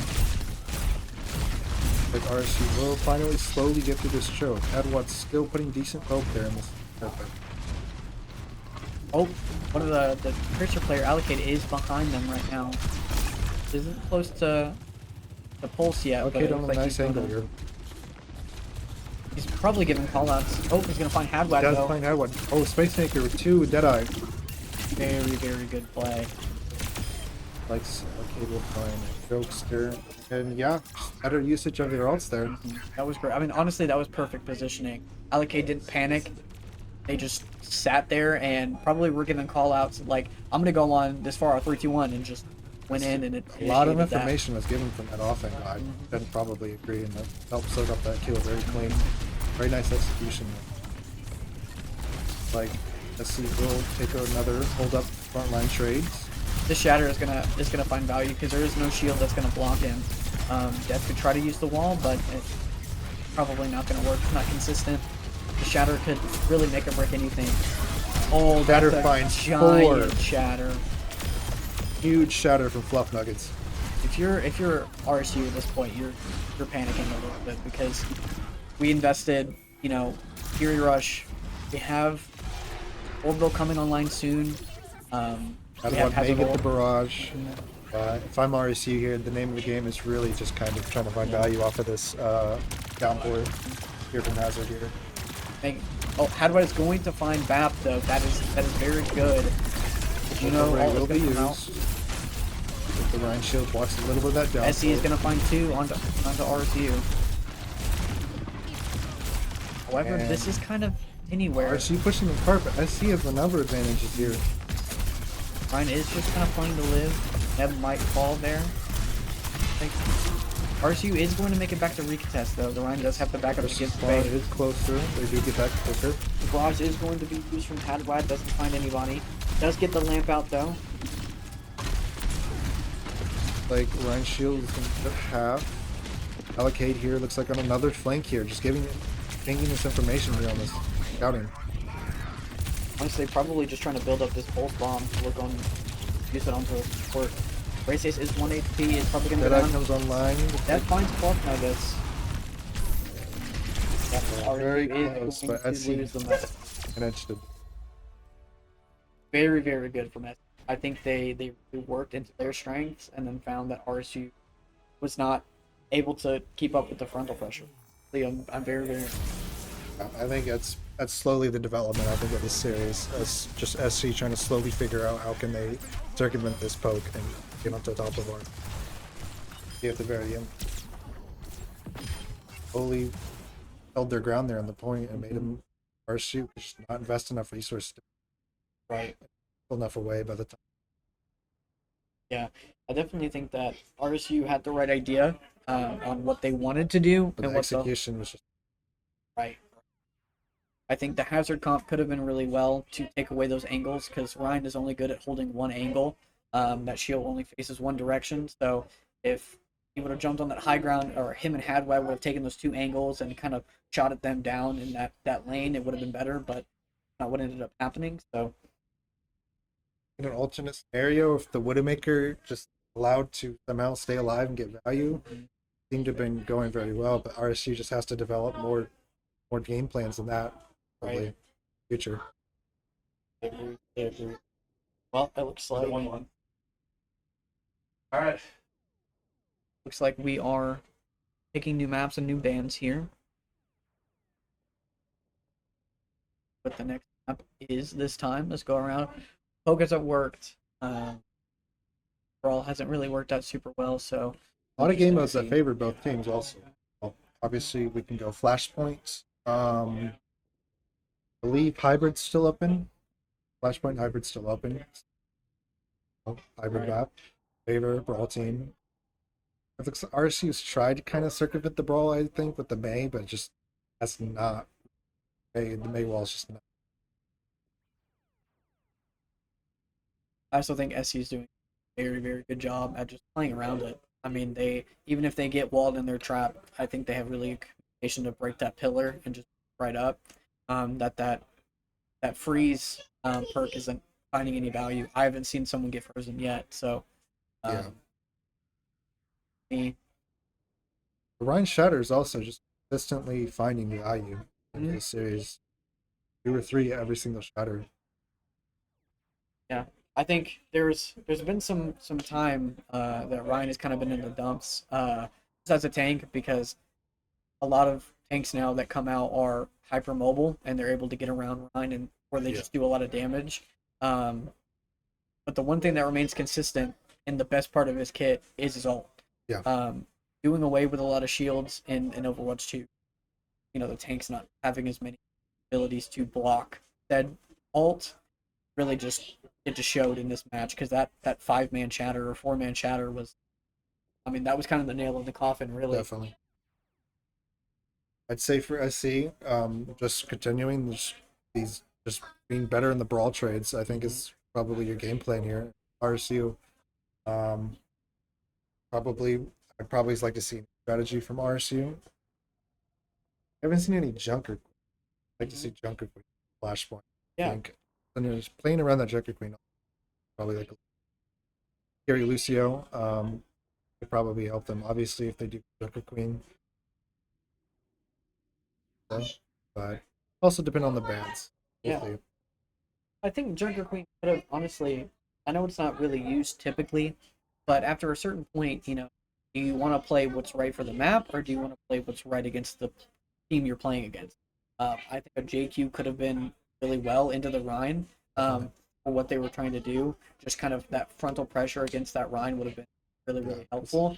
But it seems like one half of the team wanted to do pressure, the other half wanted to poke, Yeah. and take those angles away. So really, it's got to be what are we actually trying? So yeah. Like Race Ace tank, but if Race Ace does play tank, that does offer a different hero pool. Probably you might see the Diva, might see the in there. There are a lot of options there. I think the Junker Queen is what I'd like to see from RSU, or just really what I'd like to see. Like I said, SC's just winning these frontline trades. Junker Queen there reacts on frontline for a little bit there, and then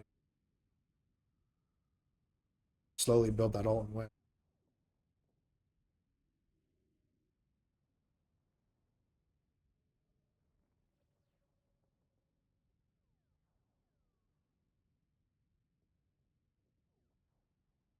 Ooh, we're doing pretty okay. Yeah, I hope so.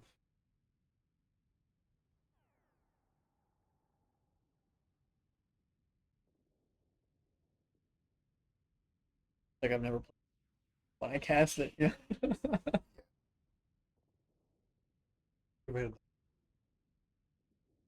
The talking, Yeah. like watching, we'll talk.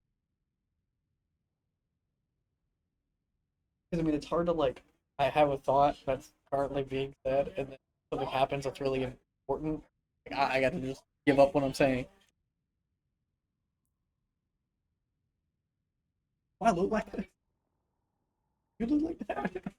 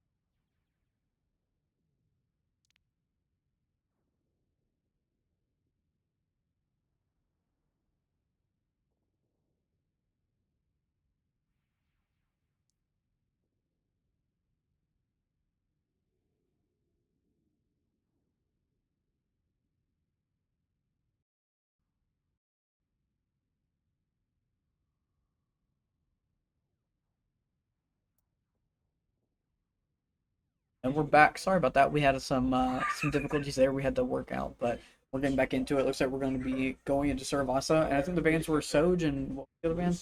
Lucio. Okay. Surging is, Pretty solid.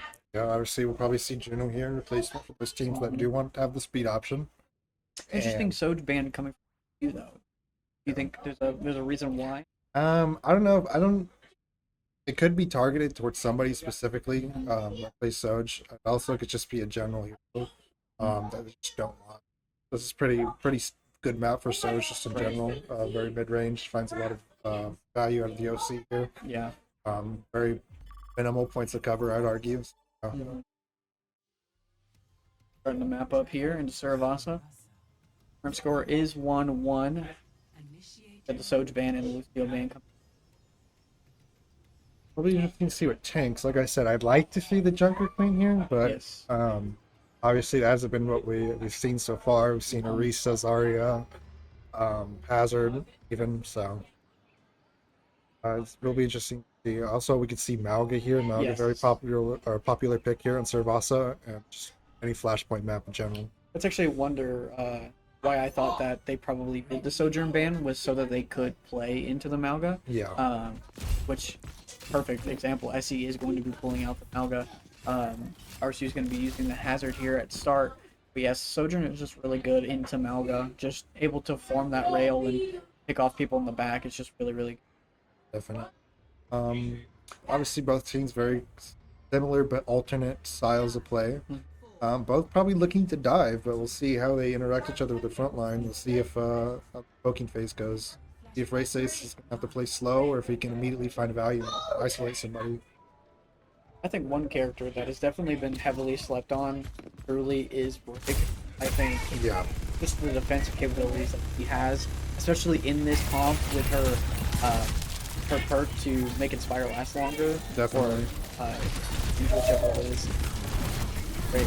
Teams are going to be meeting here and fighting each other. Lex is going to go down first. As he does find the inside of the map first and has to force RSU out. But RSU does slowly draw them out. Looks like even about right now. Yeah. Take it now. Both Tracers lose their recall there. But yep, RSU is going to fall here. It's like SC will play this final scrap a little bit better and they will. Yes, SC is going to have 23% here on the first cap. RSU is coming up on pretty close RSU here. with the Genji Tracer, they have a lot of dive potential here, especially with Hazard, but they were fortunately forced out outside like this again.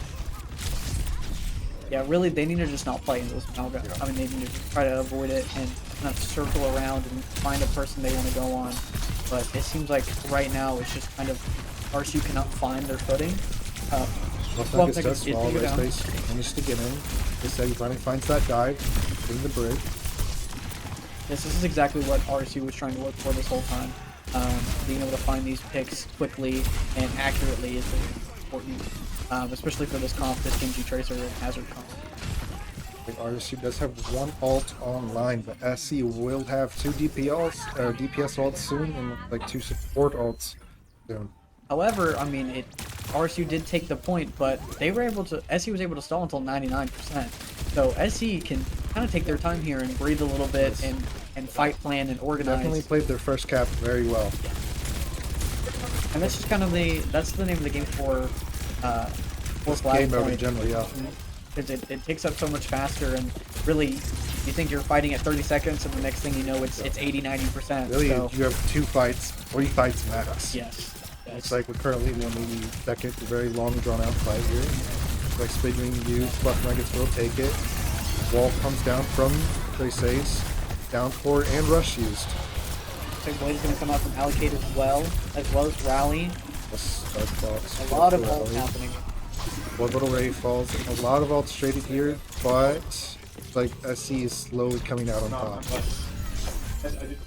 I mean, really, that was Very exactly what I 50-50 expected. coin flip that fight, I would argue, so very close there. Race is going to be swapping over to the Diva just to kind of still do that dive gameplay, but play into the Malga a little bit Yeah, better. 'Cause, definitely. I mean, as we saw, Race tried to use that down 4 ult in front of the Malga, and he just overran it and went through it. So not gonna find value on that ult specifically, trying to trap him. So Looks like SC showing that this Mauga comp, they're just better with these engages and things, I would say, so far. I do like the Diva swap to help. At least help them live in these spaces. right. Fluff Nuggets does have Cage coming in soon. Probably gonna just run it to the back line and pop it. Brig low, Diva dives. Hadwad does find the Brig. Good pulse bomb. Nev is going. Oh, maybe not. Very nice play from Lex. Finds 2 or 1. Very strong blade. Lacemaker does find a 1 clip there on Jokester. Very nice. But he will just get. Oh, that's really unfortunate though. Race did boop him a little bit with those boosters, so that's going to give ult charge to Race. But very nice retake there. Very good ult usage there from Lex. I only need the 1 kill with the blade. That's enough value. If I'm RSU right now, I would want to be up in their face where I feel like they're giving a lot of space for him, for SE right now. So This will hold this front line. He does have to back out, but he goes back in. He does have bomb, but he will be forced to pop in this fight.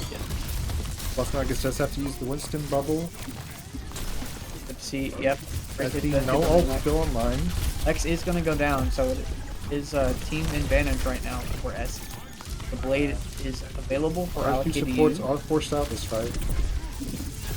Okay, both supports might go down here. Just that constant pressure from this Winston cannon is just doing so much. Jokester finally falls, and that finally falls, and they will finally get this cap here. But again, we see kind of the inverse of first map here. RSU is at 90%. SU was at 90% in the first map. Like you said, this game mode, you have 1 or 2 fights. And RSU doing a very good job of holding these corners and these spaces so far, and just letting them in, and this Genji Tracer just collapsing out.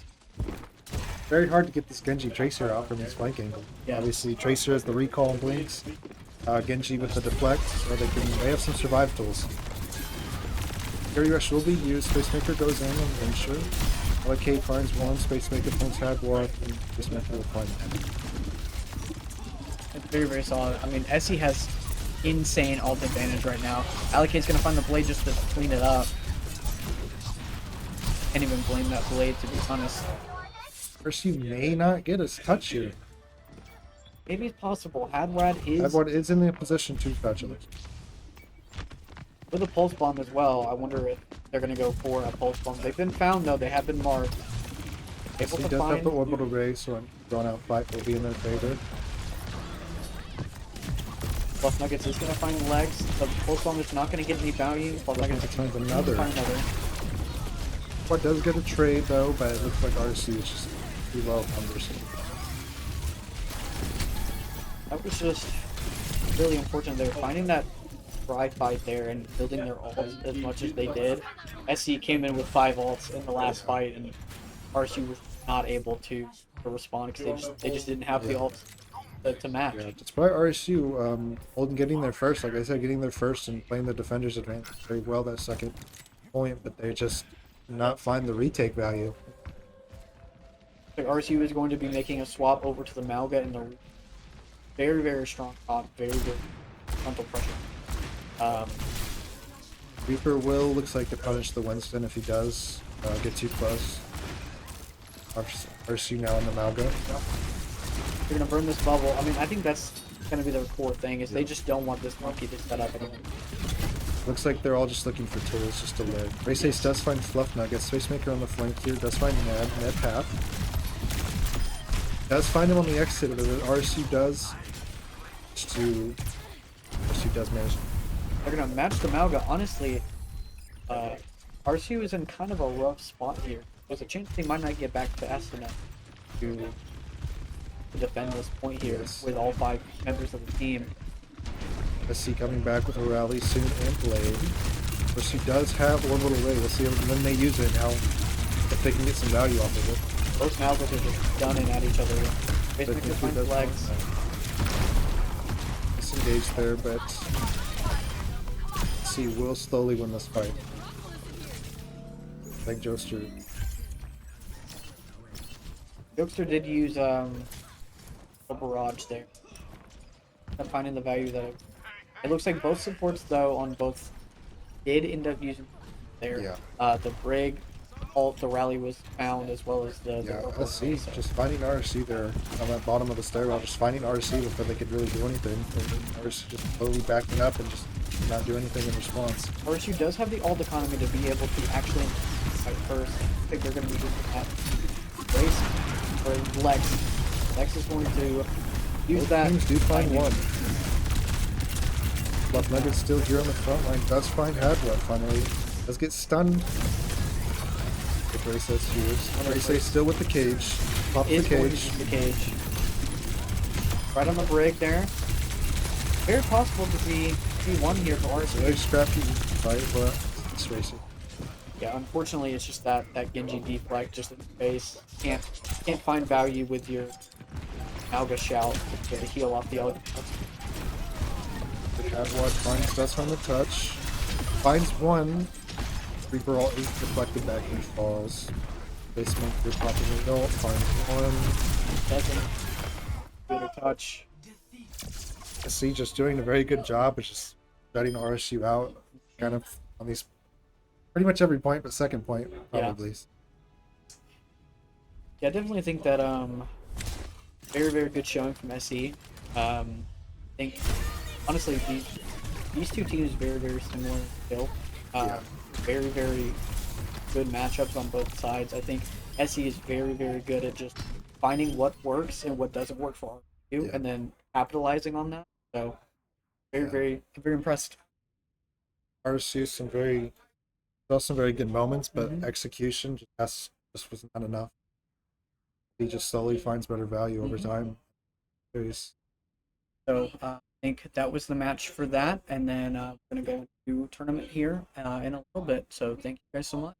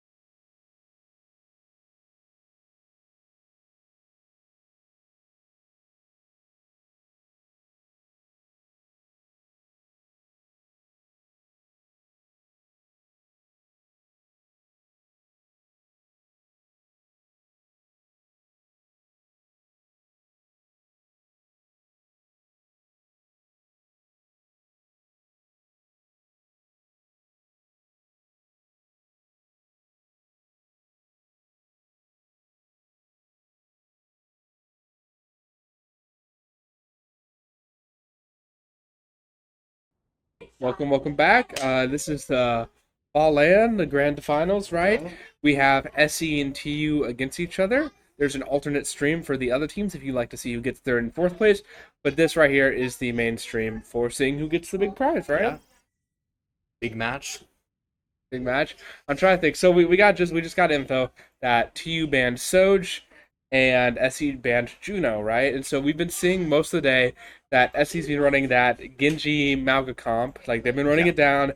They struggled a little bit once like a Mauga got banned, right? Obviously Mauga's not banned yet. TU doesn't think it's a problem yet, right? However, we're gonna have to see. We're gonna see how TU reacts, but I believe TU can hold their own. Obviously, we are both a little biased towards TU. Maybe I can't fathom why. Might have we present. yeah, like we both might have played for TU in the past, maybe. Yeah. But, you know, I mean, SC out here looking great on the Mauga SC does look Genji. bad, yeah. They're running it down, making amazing plays. So, you know, maybe I should root for SC. But like Allocade's Genji plays have been insane. He's been making his obviously their Mauga's been making a lot of space, but Allocade will get in there and he will be making space for fights. Maker out here on the DPS making space. He makes Backline space. Looks great too. They Oh have my just been gosh. getting so much room to be able to kick. Because obviously with TU, especially TU is gonna test their ult management, and I think that's what's gonna come down to in terms of who wins or loses. And it looks like we're going to Lijiang perhaps on first map classic. with the Soj ban and the Juno ban. Mm-hmm.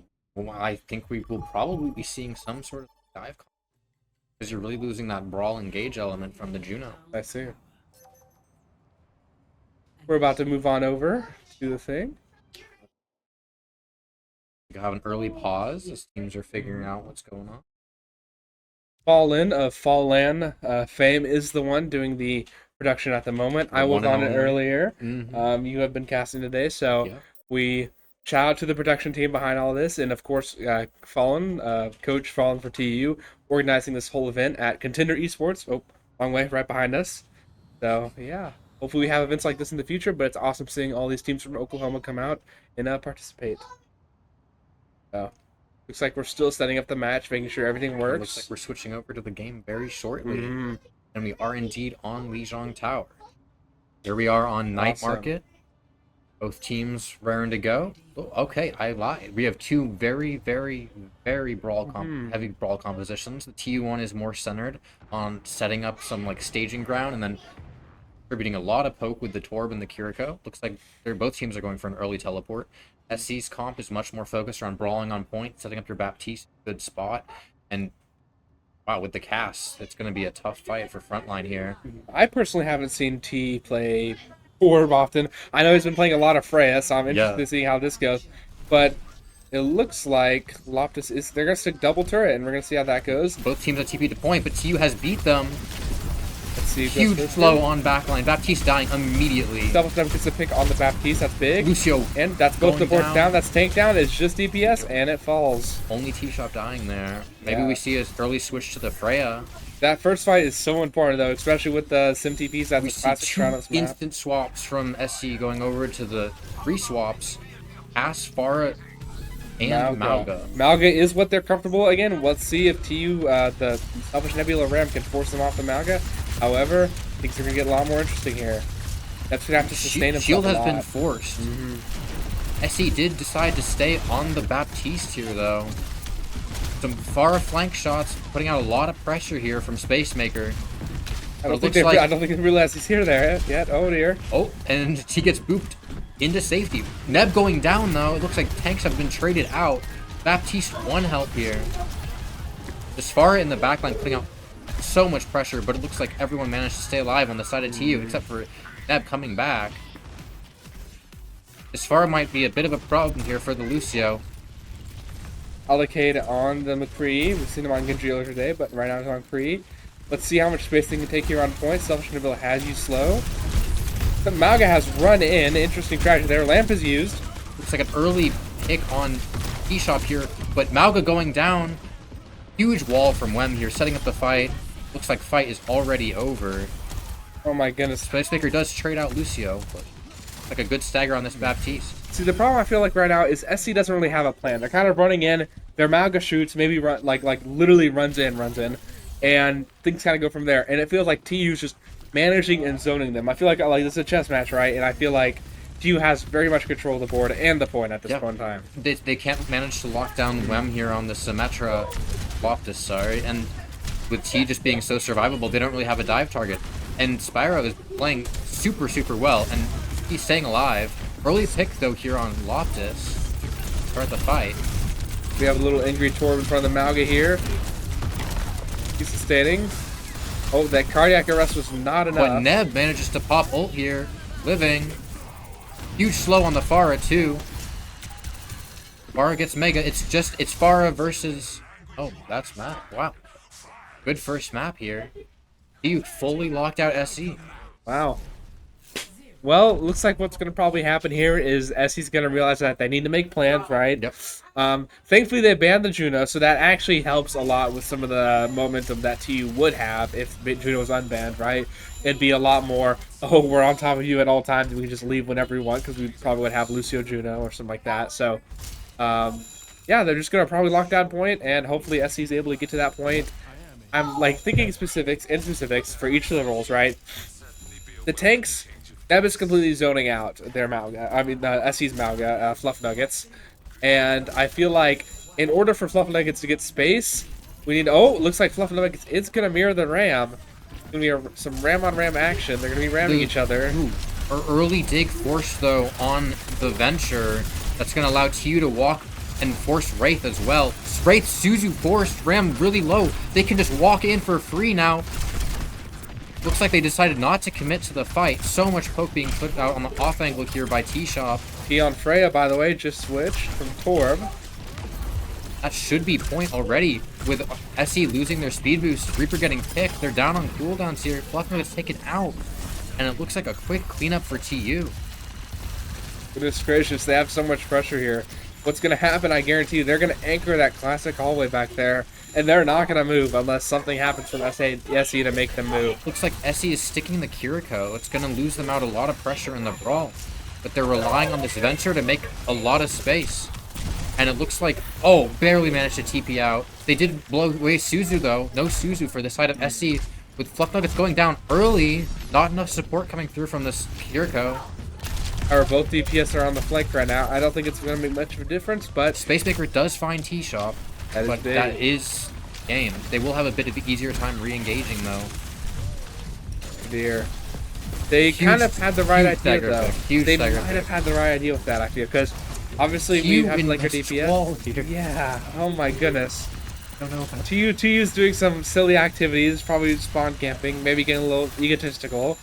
However, I'm ready for all these ultimates coming up, though, right? We're gonna have just Venture. into the wall entirely, and now they don't have wall for this fight. That is gonna be very problematic. I don't quite know what Wim was doing there. Looks like Allocate has gone over to the Tracer, hopefully like forcing point or a good off angle here. Huge beat from Gamer, since keeping the entire team alive, completely countering the rush. Like, completely shutting out SE once again. Perfect ult usage there from TU. Oh my goodness. Window and the beat, completely wiping SE, who don't have a single ultimate online. Well, they're about to. 3. Coming up on 3. Oh my gosh, that Lucio pick is huge. They will not have a beat for whatever ult. And they will have very slow rotate to point. Allocade's going to have to get touch here somehow, some way. They're looking to stop him on the angle. Allocate has been trying his best though to do these sneaky flanks. Oh, looks like he's on our Freya T-Shop here. Will he get the pick? Looks like T-Shot might be going down. However, Neb Huge has fight. popped his ult in the It's background. just Tracer on point here. That's with the Tracer going down, that should be map. Convincing win from TU. SC not able to find an answer to this Ramatra. Ramatra. Oh my gosh. And they banned the Juno, and TU was running Juno earlier. I'm really interested. Well, we didn't see the oh wait, Selfish Neb play of the game, of course, with his big ball. Yo.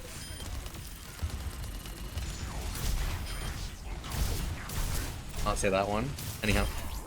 Convincing, very convincing win here. Great plays from TU. Some good attempts by SE, but I think they really need to figure out what comp they're playing, lock it down, make sure all their characters synergize well. Because For a moment there, they switched over to the Mauga, Yeah, but the they were still Mauga. running the Baptiste, and But there's they're a bit of still anti-synergy there. and we're Switching not to able the to see it on Matra. stream, of course, but there's still perks in play with the new Overwatch update, right? Yeah. There's perks. The longer you play character, the more perks you get. So there is an advantage to sticking a team comp. However, counter swapping has always been a core part of Overwatch. So we'll have to see how that goes in terms of Yeah. SE mirroring. Well, they tried to mirror the RAM, right? That didn't go so well. However, I just think they didn't have a plan. I'm gonna say Yeah. it over and over again because it is such a core part of Overwatch to have a plan for whatever fight's about to take place. Yeah, a couple of the fights there, SC just looked completely lost. I maybe a quick engage on the Mauga can work normally, but TU spacing it really well. So I'm glad they slowed down, tried out Ramatra comp. They're figuring things out. They can probably get into this match really well. Have a good series here. Yes. However, and unlike the earlier round robin matches, this is a best of 5.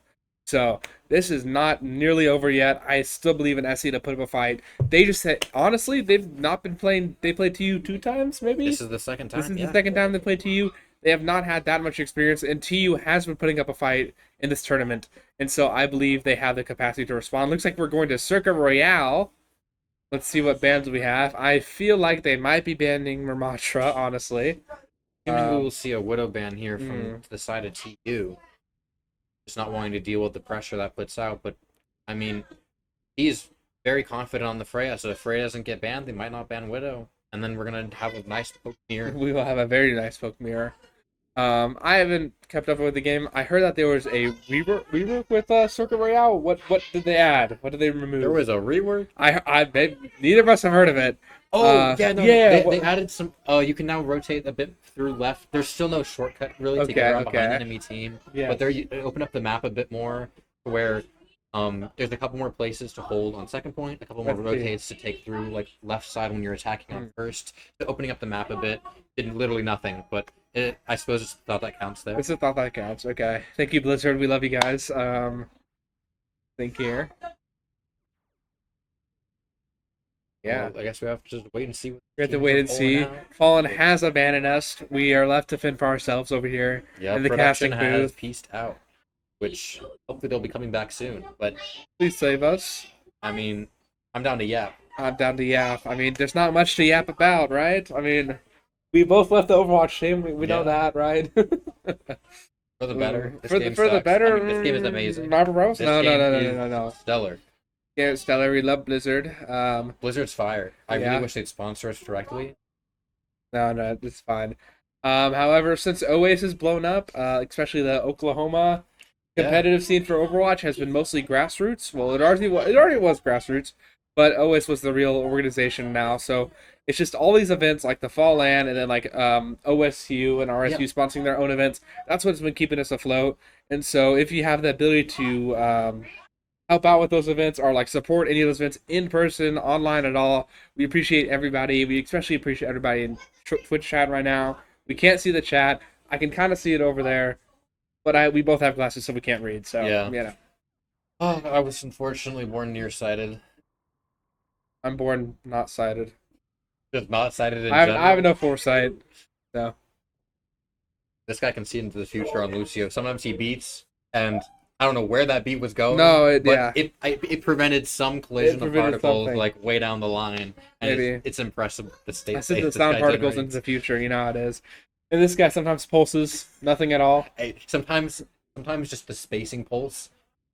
Oh, The- you're right. the We have to mental take space, right? Yeah, no. Because the radius of a pulse is like this big, right? So it's Yeah. like that's a lot of space. You It's need an that. entire like tiny corner where they Ah. can't stand for 1.5 seconds. Yeah. You know? Oh my goodness. Awesome. Wow. I really Wow. suck at this. Yeah, Okay. we suck at this. Um, I'm gonna do something about this chat. Oh my gosh. Breaking the fourth wall. I get left alone. So, well, welcome. I'm your sole caster for the evening. My other caster has abandoned me as well. And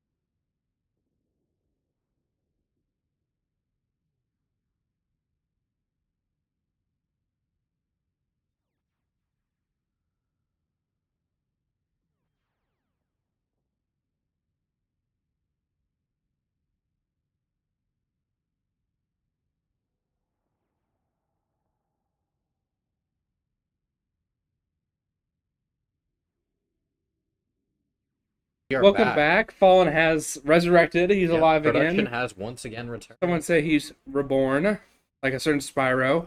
Oh my, Oh my goodness gracious. these jokes are falling apart. These jokes are absolutely horrible. As you can see, right below me, we have all the teams right there. Yeah. Oh my Wow. gosh. That's Connor's standing. Is that I mean, Connor T-Shop Williams in the the B one attire? and only. The B I think I just attire? DDoSed him. That's unfortunate. I will not be saying his player name, so you will not be able to get that information. Yeah, I wonder on, who. on this I- on this side, it looks like we have the. Me and Andrew have not been doing any casting this at all. guy is great. This guy's great. Oh my goodness. This is my first time casting. This is my second is time. fire. Oh, it looks like we're going in a circuit. Okay, oh my Circuit gosh, Royale. here Oh we my go. gosh. Peak. If only our production cinema. could switch the scene faster, so we could like get off screen and. I feel start very narrating the self-conscious map. about my face right now. Yeah. Oh my gosh! Thank look you. at that. It's a Christmas miracle. You just got two. Okay, we are gone from your site, and now we have the map. Havana. This is not Havana. Circuit Royale. Circuit Royale. Havana is a different map. So it looks like SE made the decision to take TU to Circuit, and we have the Ramacher ban and Yeah. the Juno ban. I had TU for the Juno ban. Interesting. I'm gonna ask production real quick. Is that a Juno ban? Get a Juno man. Did we not ban Juno twice in a row? We have not. Okay. They banned Juno last match. So we got another Juno Yeah. ban coming out. However, I was expecting the Ramatra. The Yeah. Neb Ramatra has always been a huge differential. We have Um, an interesting comp coming out from the side of TU. It looks like we were running Junkrat Farah. Go comp. oh my goodness. SE is looking to hold corner with Reinhardt here. A lot of healing on the Reinhardt. Yeah. Suzu on the Reinhardt. Just not letting TU get any footing. Good poke from the Ashe. Off-angle pressure from the Genji. This could be a really strong hold comp here from SC. And TU is looking to break it with heavy poke, Baywall, and a really aggressive backline. Yeah, it looks like T is on the Widowmaker. Sadly, Junkrat is outlawed in the FalLAN tournament for personal reasons. But we'll see if any T gets any picks, sneaky picks here. Allocate is Okay. on his classic Genji, though. And T-Shot so- made some space, taking out Spacemaker. You got a nice shot dropped Nice in shot in chat. chat. Fire Reborn killing King Wheezy. Huge space being made here by Nebula and Spyro taking Spyro. first corner already. We see SC switching over to the Pharah already and off of the Ashe here. Late kill on Kiriko might secure first point for TU. Oh my goodness gracious. Fire really shows that support players can fight back. He has gotten play of the game previously in this tournament, so I'm excited to see what he does on the Zenyatta. Allocate here looking for a close angle on the Cass. Fluff Nuggets taking some space down long. They're going to have one fight here to contest.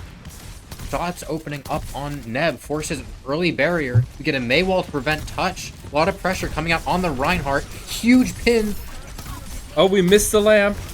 It's okay, T-Shot though. is taking out the Pharah here. All of TU still alive. Huge wall on the Rhine. Easy kill there from the side of TU. Crazy Then taken flashbang. out, but that seems to be first point. Honestly, I think T-Shop and Spyro's picks really just made it a free, easy walk there. Yeah. However, that's the first point of this map, and that's like the longest, most like pokey part, right? Yeah. From here, it gets really hilly, and it gets way harder to get those free Widow picks and free Zen picks. Of course, they'll still be spamming corners. However, it'll be much harder. A lot tighter corners here for SE to work with. They look to have switched over to the Sojourn. Almost a kill there onto T-Shop, returning the shot onto Showmaker. We get a window from both teams coming out here with a huge shatter from Fluff Nuggets to be responded with by Spyro. We get a good trank, keeping everyone alive. Huge rock saves Neb. We got Pin though. Pin was canceled. Pin was Here's a canceled. blizzard. And Neb manages to live. When Blizzard did do much, oh, here comes that We get a grab. flux on the Baptiste, and he does not have a lamp. Reinhardt behind here, but Neb forcing the DPS to walk back. Huge Maywall, preventing them from touching point. And Rock the on the T-Shop Reinhardt. ultimate. Huge eat.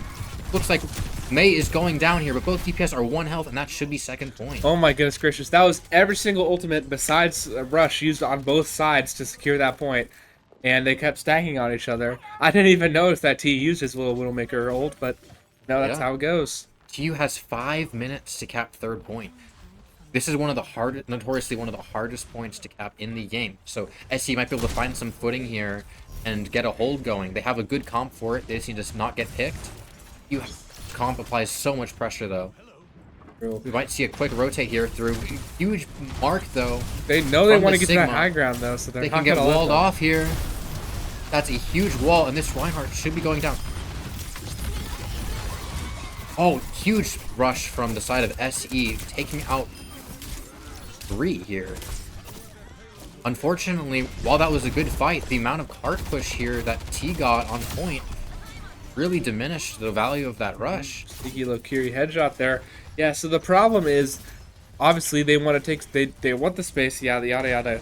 However, whatever space they take and wherever they fight, most likely T or somebody else is just going to push the cart, and that's going to be a problem for them. Looks like we just shattered, but we're not able to follow up on it. Unfortunate. That is eat down from the side massive of TU. wall on Neb Sigma. However, we do have lamp from map, and out comes a window. Really good wall too, forcing Reinhardt into that corner. That is lamp forced out. They're all Huge bunched up pressure on left. It looks like onto there's a Zen fight right now. It looks like Spire was not able to win against the Mei. All Crazy things thrown are down, happening. trying to pressure out this Baptiste. Really weird fight we have going on here. I'm a little scared that Neb might be using his flux right here.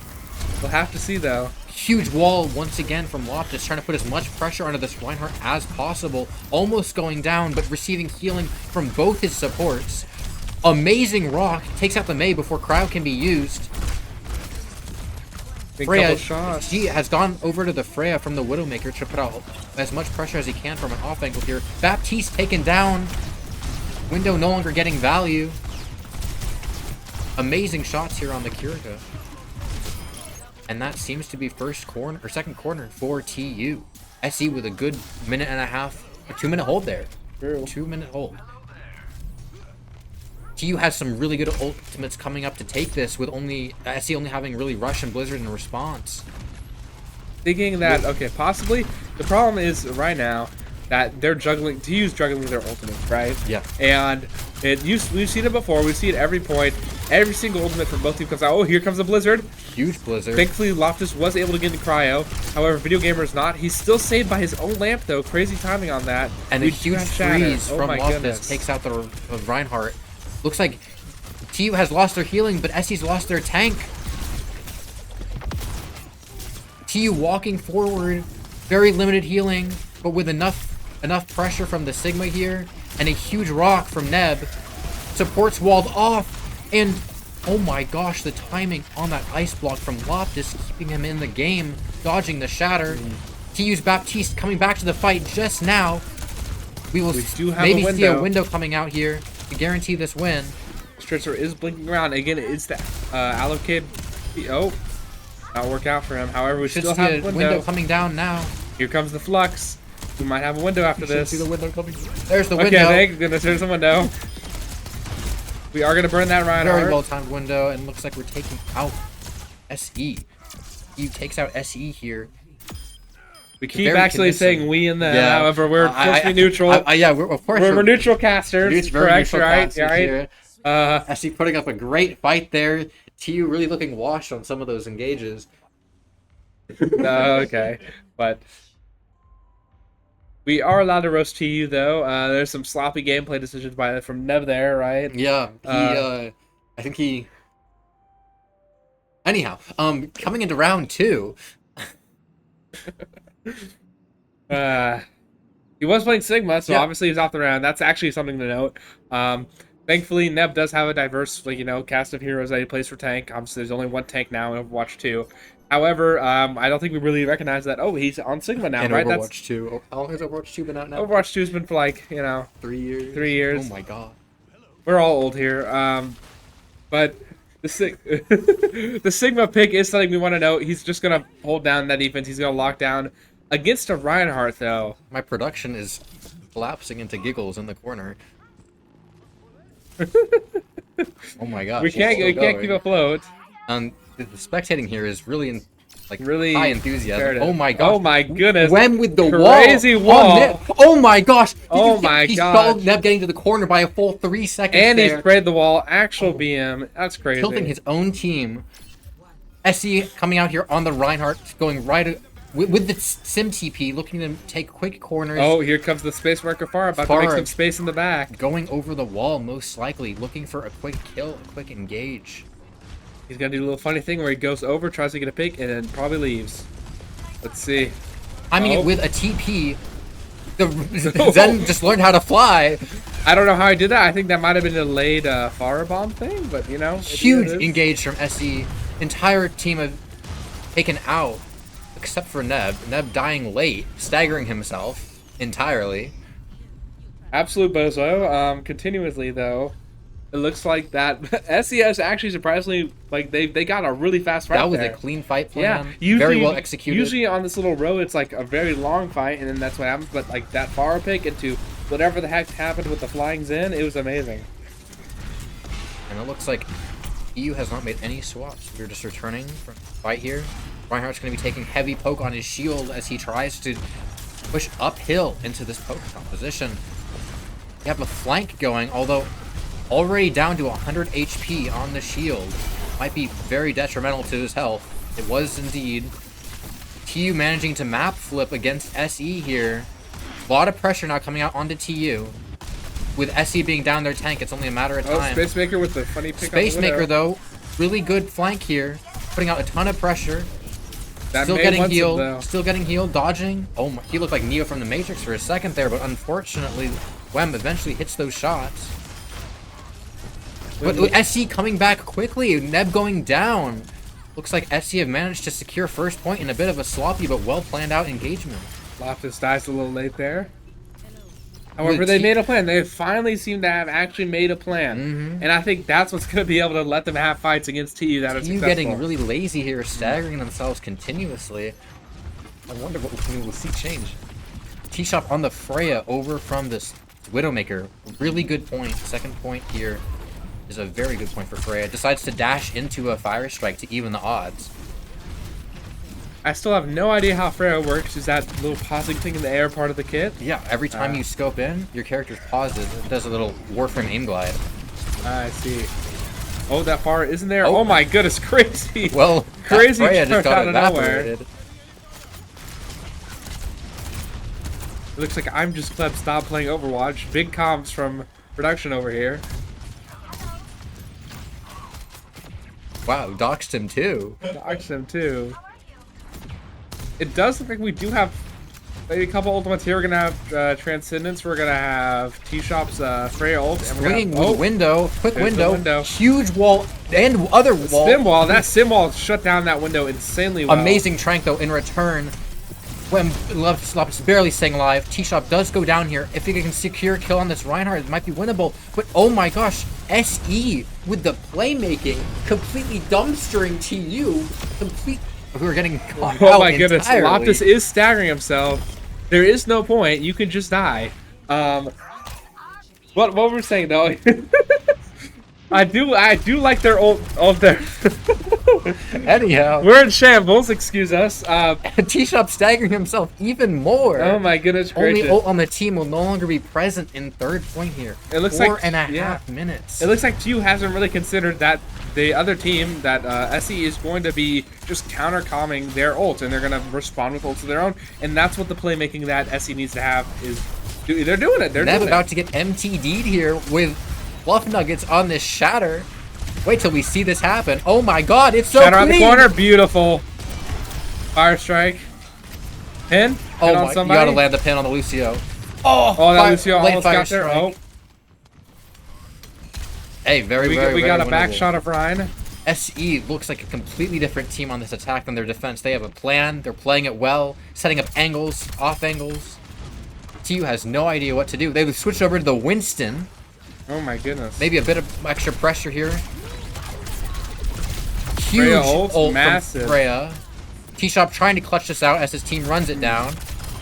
It looks like there's only 2 left though for SE. Huge ice block keeps them in the game, and a wall. Not quite able to cap it on the side of SE.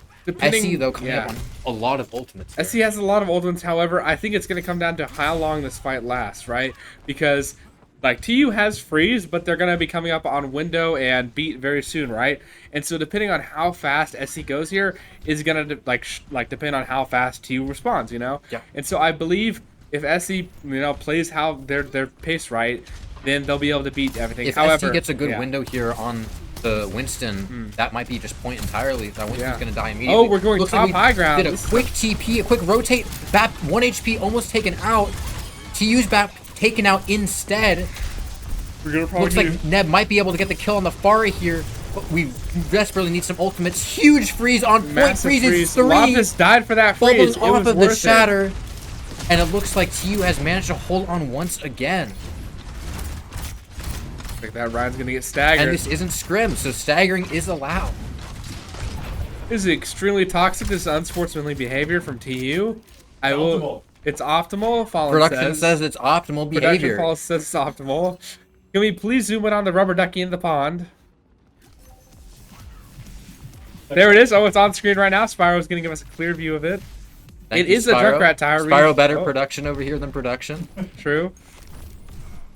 So when it comes to ults here, we obviously have Window again, and we have Freya ultimate. Early However, wall, stalling out any poke that SC might want to have. But that is a good window, and that Reinhardt getting chunked immediately. Barely oh able my to stay alive. goodness. And Oh the my goodness! Freya Massive ult. Freya ult. Massive burst damage. And this Kiriko's gonna get killed pretty fast here. Does take That out is one, unfortunate. Very well played by TU. Using the wall to slow down the TP from SC, being able to set up a window, capitalize off it, Yes. like immediately. Great play from TU. Looks like we're switching over to Ana, trying to get some nades and rotate. Back over to the Baptiste immediately. Probably not worth switching to Ana because you don't It have is perks, not. and You have Windows. getting nade onto the Reinhardt comp can be really hard. And this is gonna be a hard fight for TU though, because as we can see, we only have Primal left in the chamber really, and so they're probably gonna do Sim Wall Window at some point. But oh, here comes Sim Wall. Fluff Nuggets looking like Bumper out here with the feed drive engage. Manages to stay alive. And a huge fire strike. Oh, walled off. But does SC manage to pull this out? We have a really good dive on backline here. However, it looks like Video Gamer and Loftus will Clean go tracking. down. And that might be SC capping. Both However, 1 HP. oh, Selfish Neb is not done yet. He has just killed their Kiri. And it looks Here like he comes TU on the managed Rhine. to clean up the fight. Oh my goodness gracious, that is massive for TU. Because now, on the back foot, now we're only gonna have 3 ults for SC's side. And TU's going to be coming up on Blizzard and Frey ult. Both really good ultimates to clear this point. If used well, Blizzard can easily clear and win an entire fight. This is going to have to be the Shatter of a Century. Yes. Death Blossom late fight might also be able to secure. It looks like we have a TP over here on high ground. And SC manages to stay alive. And we get a huge 3-man shatter from the side of SE. And Oh that my is going to be goodness. point cap most likely. Baptiste does get taken out. Any amount of stall here from the side of TU. Well, Spiral Reborn, we do have beat coming up soon, so if we are able to live for that beat, oh my goodness The gracious. Reinhardt gets taken out. Any amount of stall here from TU. Spyro did die, so there's no beat, and that Looks is like it. SE does manage to secure it.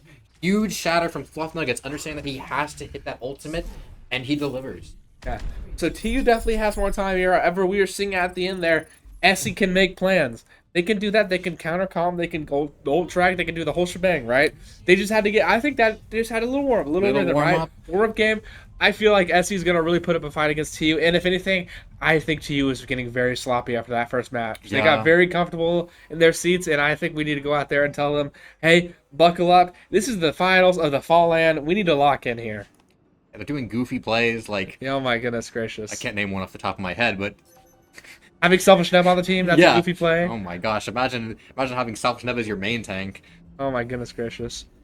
And remember, this is the FalLAN.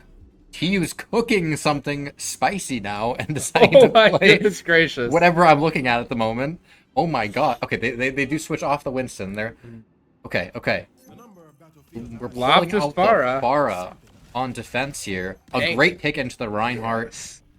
Looks like we're switching it for the Mei. That makes sense. We might be selecting they might be selecting perks on multiple characters and to get back when they're stalling, so you don't have to select perks later on in the game, because perks are fully enabled overtime rounds. Both teams start with full perks. Here we go. We have a lot of poke coming out from the side of TU. SC going to have to make huge use of this TP. It's like King Weezy's going to hold the corner here, keep his Rhino alive, right? However, we do not want to get picked by that May or Freya. Venture setting up on the off angle here, looking for a really good engage. Going in on the back line. Freya putting out some poke Oh here, my goodness, what a but charge from Freya the might side. maybe be going... That character's mobile. Okay, never mind. TU flips the map. Who's on first? Who's on second? I have no idea what the heck is going on. SC's going to have a huge, difficult time pushing into TU here. But it looks like they do manage to catch out Spyro. Oh, And looks SC like does Nev have is a back too. good fight. Very well played from the side of Yes. SE. I don't know about flipping the map in this scenario. I'm not gonna lie. I feel like that's really a cooked something disadvantage. there. They really did. 'Cause All off of the yes. TP though of SC. So that was set up very well by SE. Yes. SE wasn't able to handle it well. If anything, that defense that you get from being on the defense side is way better than TU's downward position on the offense side. So good, amazing TP by them. It's like we don't really have any ults besides maybe Shatter coming up here. Maybe Freya ult. Close to C9ing here. That is rock, wall, and TP all thrown out at once. The Symmetra gets booped away. Suzu coming out from SE. We should still have Lamb. Insane pressure on Selfish Nebula. It is enough. He And- dies. Neb goes down. We might have a cheeky Shatter in the works here Spyro going soon. for a clean kill on the Baptiste does not get it, unfortunately. That would have been a huge stagger pick. But it looks like TU is dying. Oh my goodness. And SE takes TU to second point in overtime.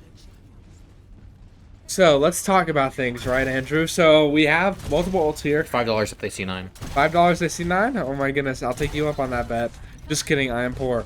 It looks like that. We have multiple ults, right? We have Reinhardt Shatter. He still hasn't used that Shatter.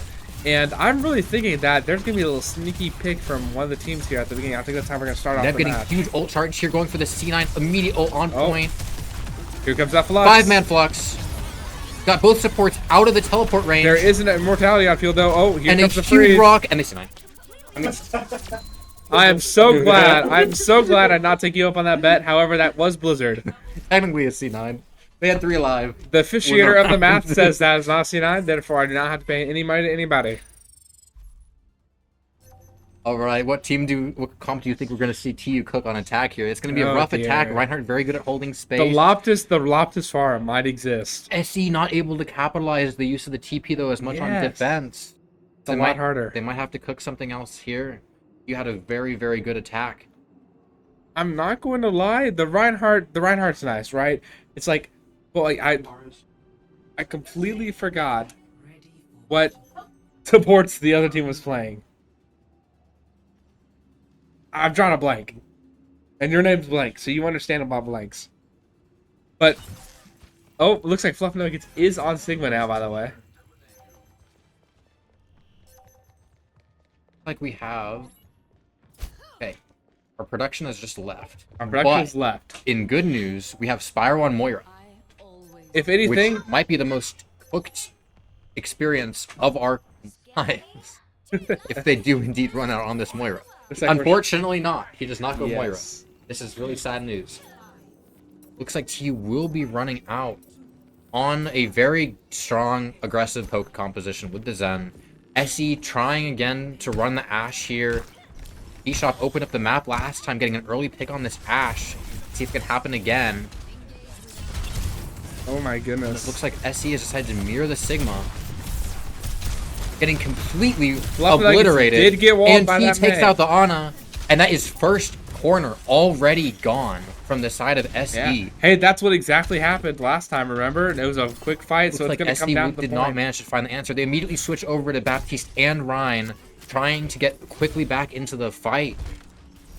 Can we find an answer for this Widowmaker? eShop fully opening the map for his team.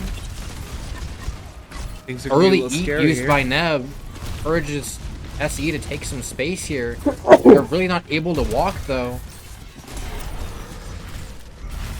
Oh my goodness. Reinhardt barrier dropping really, really quickly as SE tries to make some space, but T's now finds a pick on the Shove it. Ashe. Fading Neb pick on the takes Ashe. out the Pharah, and that appears to be first point taken very, very quickly. Yes, all very, they very have to do is get convincingly. up that slope a little more, and we just got first point. And so 3 picks coming in late from SE, just now having spawned at late second point spawn.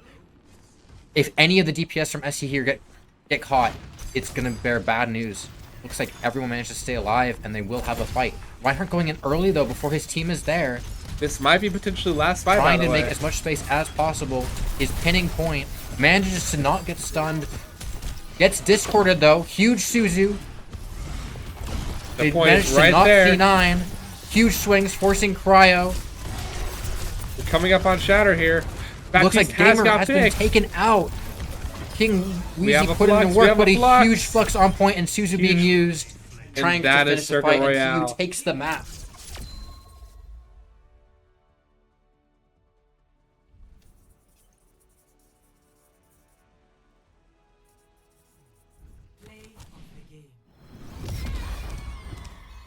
Why is the fox red?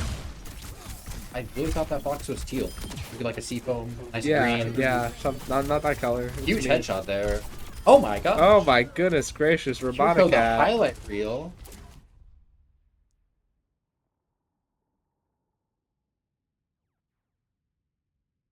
All right, production is abandoning us once again. Nothing new and different here. Hey, I gotta go talk to my team.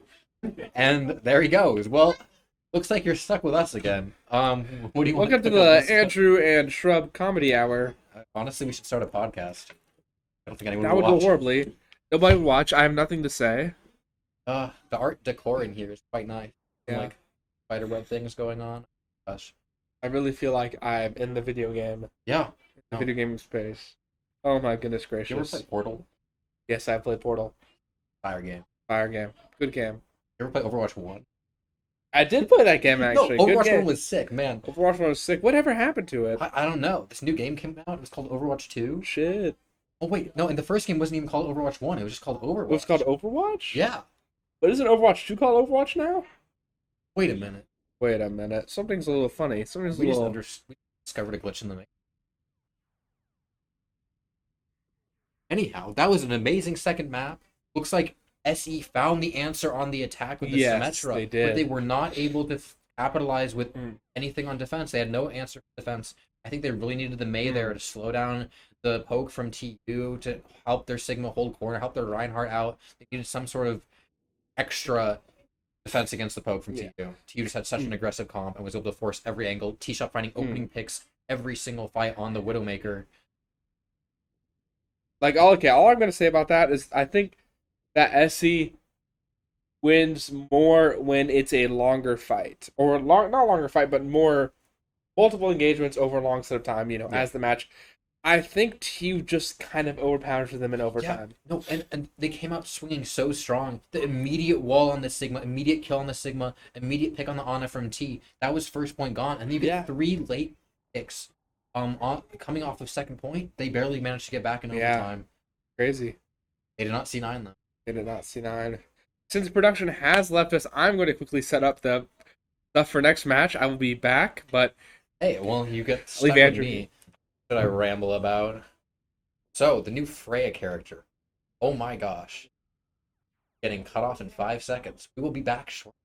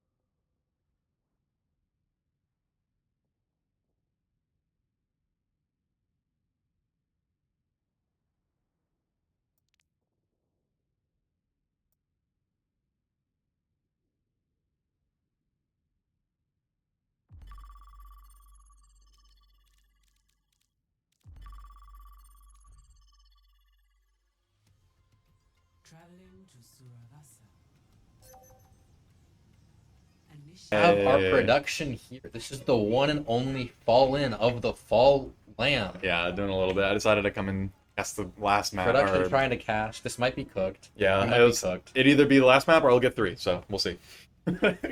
Here we go. Let's see. We're loading up Looks like we're on Saravasa. Right, We get a right. cast ban from the side of TU. Yes, they actually went through. They banned Lucio first. If I had to guess, they're kind of scared of some of the classic like brawl tanks, and they wanted to force this Juno Brig, which we're seeing on our screen here. We are more than happy to mirror this. The TU is walking out very aggressive comp here with the Bastion. Oh yes, yes, that's real. Don't worry. Most likely a May swap. And the Weaver, The Weaver Symmetra, never before seen. where you can TP in and then get pulled back. Yeah, you can TP in, get pulled out, or your Weaver TP's in, Ooh, and then pulls you in. Yeah, and then you can't get out. Oh my god, it's so big brain. No, they're gonna be locked in the Venture Genji. It's a comp that we commonly play. However, interesting on the SE, we've got the Sombra Genji. Now, first time we're seeing the Sombra here from S. Probably looking to counter the Freya in some manner, but we do not have a Freya pick here. We're running the Venture Genji. As we're looking around, we're gonna be looking the Sombra Looks like to access the Sombra back is line. already in backline. See where that goes for. Both teams staging on point. No resources being traded here. Looks like TU is a bit up on tempo. Sombra has not yet made herself known. Fluff Nuggets going in, but gets zoned out by the Ramatra shield here. Struggling to find value out of his cardiac. But the Ramatra getting completely shredded. Manages to pop form, staying in it, just barely alive. Facemaker kills T-Shop, and the fight can.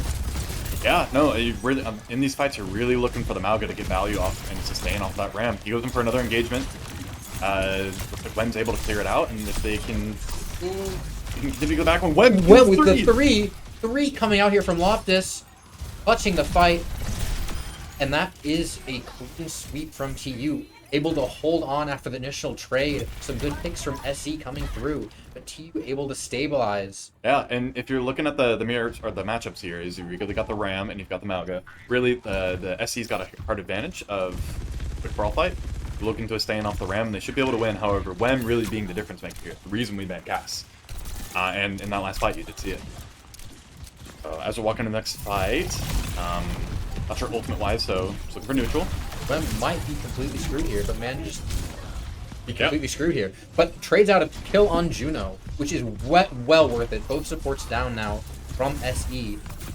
Moving into the second point, quick cap from TU, and a late kill on the Malga here. He's going to be able to get set up nice and effectively on this. Got really lucky here with the map. Yeah, and Neb able to get a miracle pick there. If they lose Wham again, some of that playmaker, and looks like they are going to go ahead and mirror this venture. I think very smart. Summer not be able to find enough value into the team. Right, especially into that venture Genji. Walking to the next fight, we will have Ram ult and Kiri ult. I do expect SE probably to walk in with Cage Traps, but they'll have to build it. If Neb can go behind here, this would be thick. It looks like he decides not to. A quick venture kill out here from the side of TU. Off this killing Space Maker. Yeah, and you're noticing, again, that Malga versus Ram. Really able to shut down that Malga, but if you aren't able to control the venture in your backline, you will lose the fight slowly. As we're cleaning up. SE slowly dying here. Wins the fight. No ultimates used for either team, so quick picks discourages from using anything, and TU managed to bank up their ults as well. We're gonna have a huge fight here with TU at 5 and SE at 4. Yeah, and like if you're looking at this team fight as SE, you really gotta look as, hey, we really need a blade, right? So you might walk in, use this blade, see how TU responds. And this cage they could use as well. I think an early rush here from TU to start the fight would probably be a good thing because you're up 1 ult. And you can go into your Juno ult and just completely stone out TU. Almost an early pick there from Heb. Excellent slow, he's really good at that. Like, we're trying to line up this blade. Going in with Rally. Brig should be going down here shortly. Brig down, but almost 2 kills here from Allocade.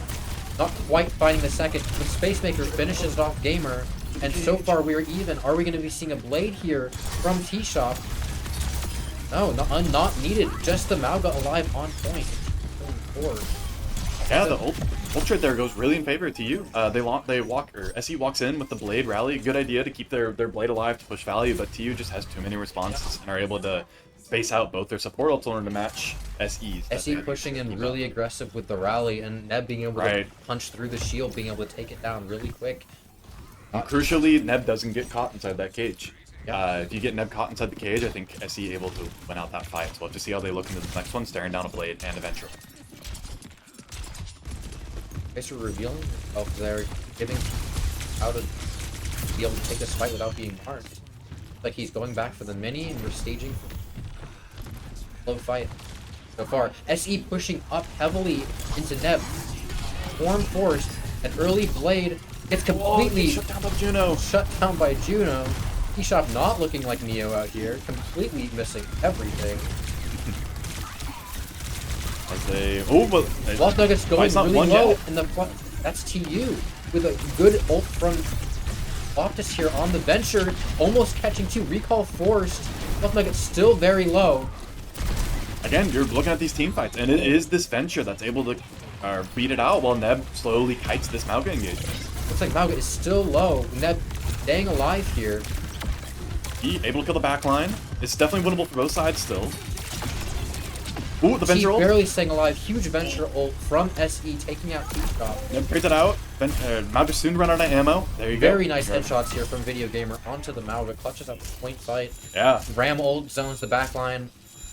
Overall, a scrappy fight, but very well played by TU. Yeah, no, looking into this next fight, that was expensive for TU. However, SE did use some of their ultimates. They got a lot coming up. They have a good chance of capping out this point. But they're going to have to make sure they're not used too many. Maybe build up a Juno ult and lock in and try to match Rush. If TU is able to play off of this Rush really well here, we might see a mid-fight Juno ult from them. And that could be the deciding factor. They do have to touch, and we're at 99. They get the Tracer gets touch. Forced out early, almost dies. Oh, walking Huge in. engage from Luck Nuggets here. Looking, an early kill on the Kiriko is huge here. Looks like 3 are taken out though from. Yeah, they're trading out. This Rush is hard. They're gonna need this ultimate. Might need this cage in order to win out this team fight. Needs it soon. He's gonna get it. Does not have And they do take it out. SE that just is not mad. quite able to get up to those ultimates right for that final crucial fight. Although very close, almost able to try out TU, recognizing that they had to rush first. And they will take that last map. Very well played by TU there, and really very nice, good. Nice attempts from SE. Yeah, no, both teams able to- putting up a good fight. I think SE had some good compositional choices and had a good shot at winning there. TU just really able to play out some of the old fights. And again, that Venture... We're seeing this clutch here on first point that really set the stage for the rest of the map. Right, the Venture Genji able to trade out towards some of these end of the fights when SE could win some of the frontline brawl. So Yeah. SE had a solid game plan, definitely went at it. And TU, they had a good ban, got rid of the cast that prevents that play style, and they were able to take that map. Overall, a good series. Yeah. Is that the last map? Jeez. Yeah. Well, I mean, I guess that's it. Yeah. Really great series here today. Multiple maps, multiple casters. Yeah. It was a great time here. Yeah, a lot of games, a lot of good comps, a lot of really bad games, a lot of really good gameplay. A little bit of Neb, a little bit of Spyro here and there, Yeah, you know. yeah. No, that was great. It was good to see both teams. Really appreciate it for all the teams coming out today. And the one and only Good Neb to see him all. here. I do see a Neb peeking in. He's looking a Oh little my excited. gosh. Is he here for Um, an interview? Are we doing an interview? But again, and huge shout out to all the teams that showed up today, and even the team that competed online, OSU. Great to see them all come out, and hopefully, have more of these in the future. I think FalLAN Absolutely. went pretty well. Thank you all for tuning in. That was awesome. It's cool to host an event like this. So I think I will call it there. Andrew, thank you for Open Coast. Actually, before we turn, we might do a player review. No promises, so stay tuned. If not, we will be right back.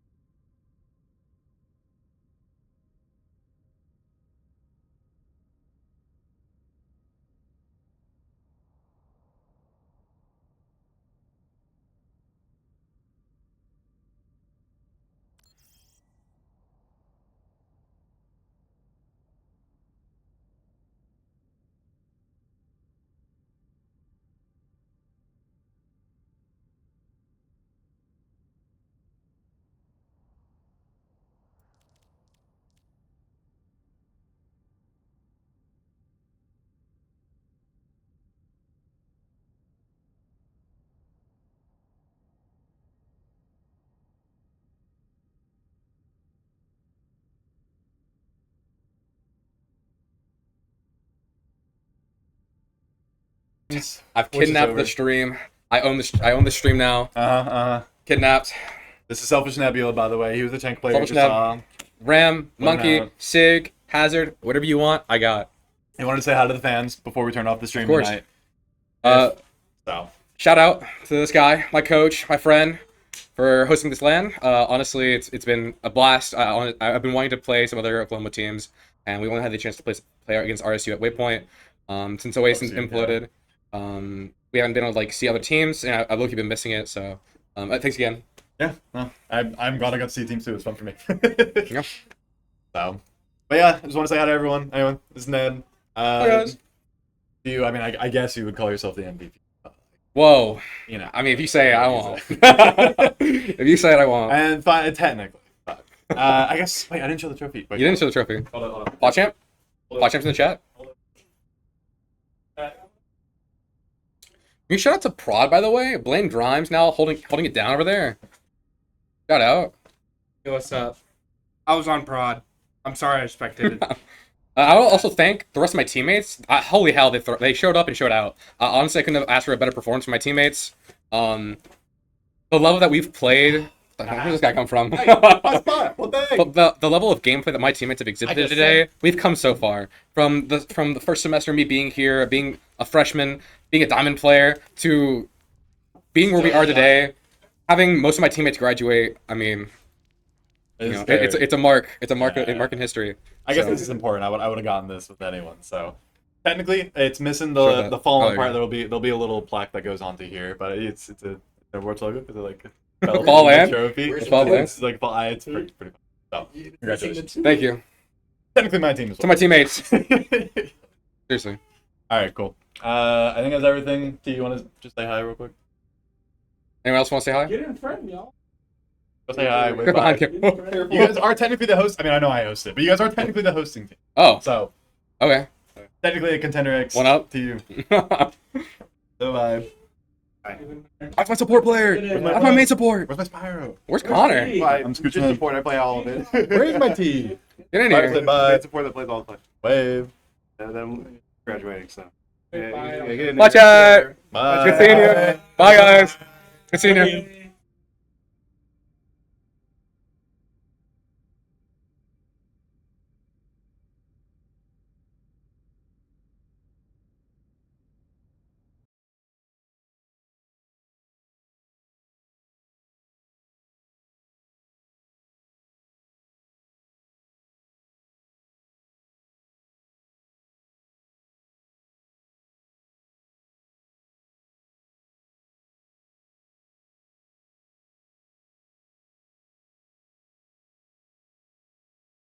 Hold up. One more cameo real quick. We had SE. We're gonna see. Well, actually, I mean. Get a quick cameo from SE and saying bye to the stream. So they're kind enough to travel out. Come say hi. And then just wave at the camera. I had to say hi. So. Oh. Was a Bye. Bye. Appreciate y'all watching. Thank you so much for coming out. Thank y'all. See ya. See ya.